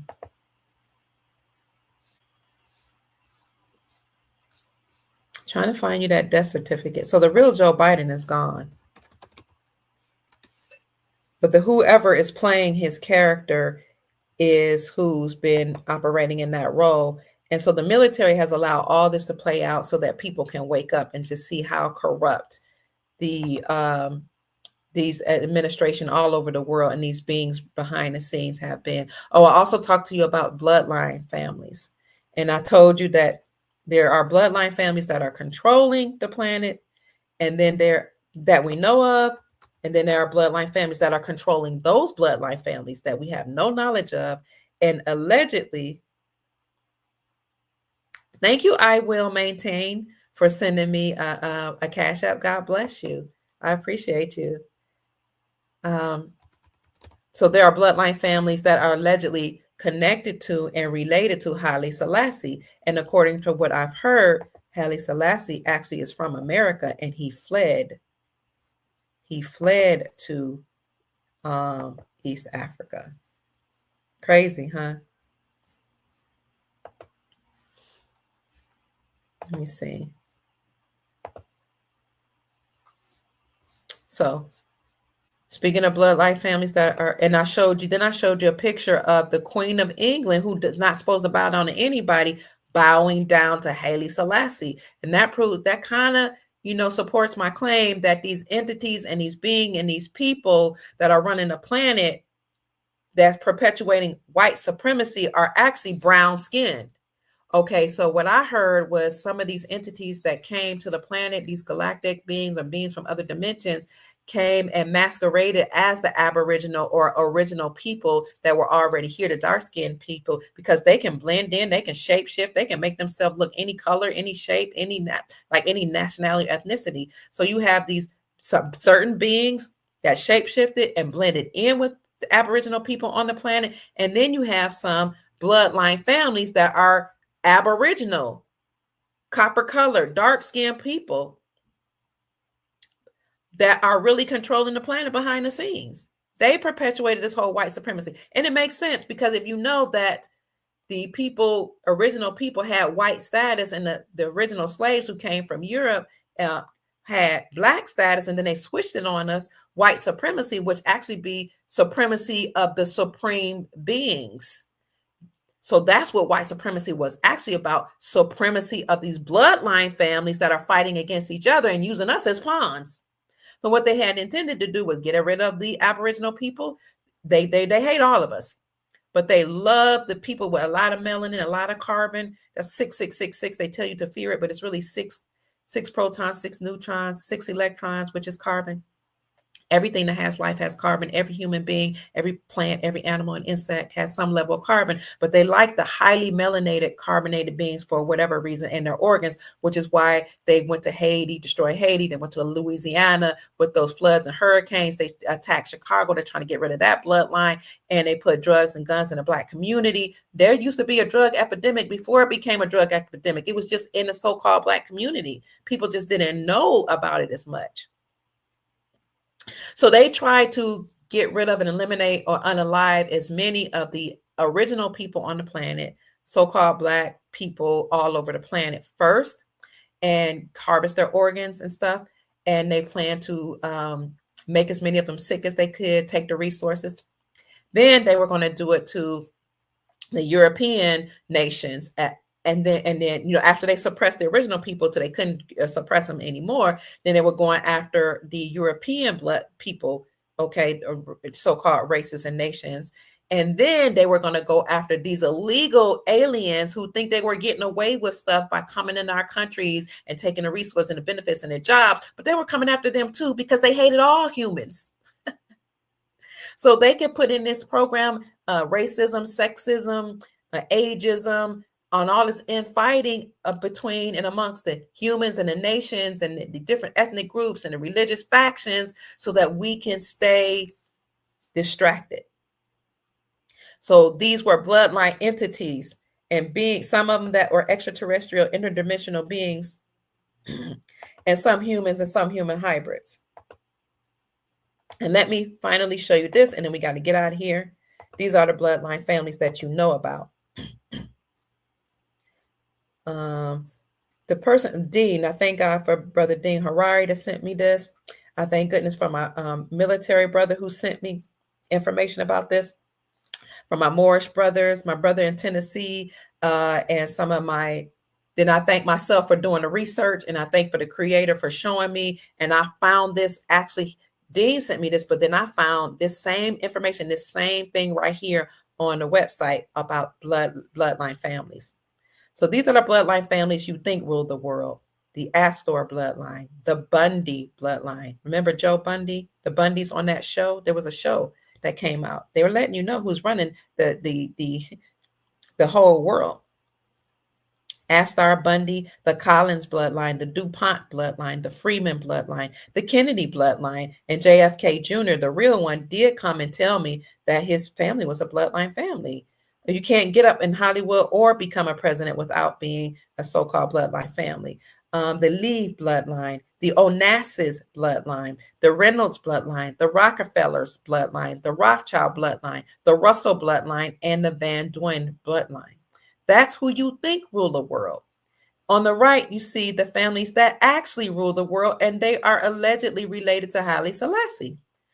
The Borgia bloodline, the Breakspear bloodline, the Somaglia bloodline, the Orsini bloodline, the Conti bloodline, the Shigi bloodline, sounds like Chicago, which makes me think that many of those people in Chicago are from the Shigi bloodline, and the entities that are attacking our brothers and sisters in Chicago by putting drugs and weapons in their community and wiping out a lot of their children and a lot of their people must be trying to go after this particular bloodline.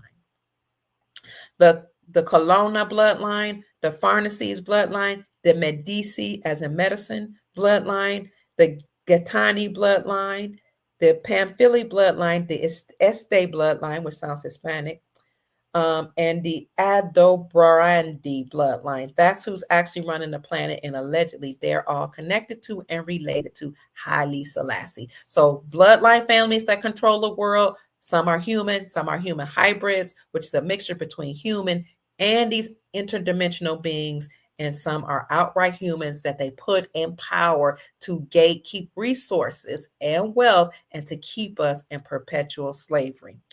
But the military, the white hats of the military, the NESARA white hats, also called the Grand Army of the Republic, and the Global Alliance has been working together to take down those bloodline families.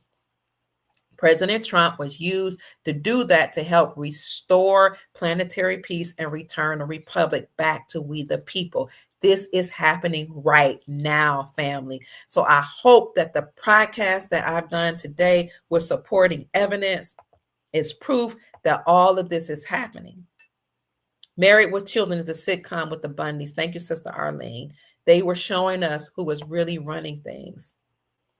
So somebody says a lot of these last names end with the letter I on the end, which makes us wonder if they were Italian. Who ruled Italy and Spain from 711, probably longer than that, to 1942? The brutish Moors, the Moors ruled Spain. Okay, so a lot of the bloodline families were actually Moors. Now, a lot of Italian, Spanish people, Romans, a lot of people on the planet don't realize we all come from the original melanated human beings, allegedly, that were on this planet. But the people in the Sicilians, they know about their connection to the Moors. They know about their so-called black blood, African blood, Africanoid blood, and they will outright, some of them will outright tell you that they know about that. And that's why they're in the southern tip of Italy, and they are mistreated by other Italians, and they are treated as such, as being a lower class, because they have darker complexion, and they, are closer to their darker ancestors. Like it might be a second or third, fourth generation that they had dark family members, whereas the other Italians were married out, mixed out, so that they're way lighter. Thank you, Nupru. Nupru said, get some rest and have a wonderful evening. Thank you so much. So that's it, family. Somebody said they rule Vegas. My name is Dr. Kia Pruitt. I'm exhausted. I love you all so much. And I trust that I've said something to raise your vibrations and inspire you to create the most amazing, magnificent life that you desire and deserve. It's here. We're realizing our freedom, prosperity, and sovereignty in this timeline. We see evidence of that. You have to know it and command it to be so. So that's it, family. Go and have sweet dreams and create the reality that you desire to see in your dreams. And before you go to sleep, please say, I'm thankful for whatever problem or situation going on in your life that it's been worked out in my dreams. And when you wake up, you will see that it's already been resolved. That's it. I love you so much. I'm about to go to sleep. Good night, family. Positive on Purpose said this was wonderful. Share the video, like the video, subscribe to the channel if you so desire. Talk to you later. Bye-bye. And I'll put as many things as I remember in the description section for you to read and fact check and to peruse yourself so that you can do further research. Good night.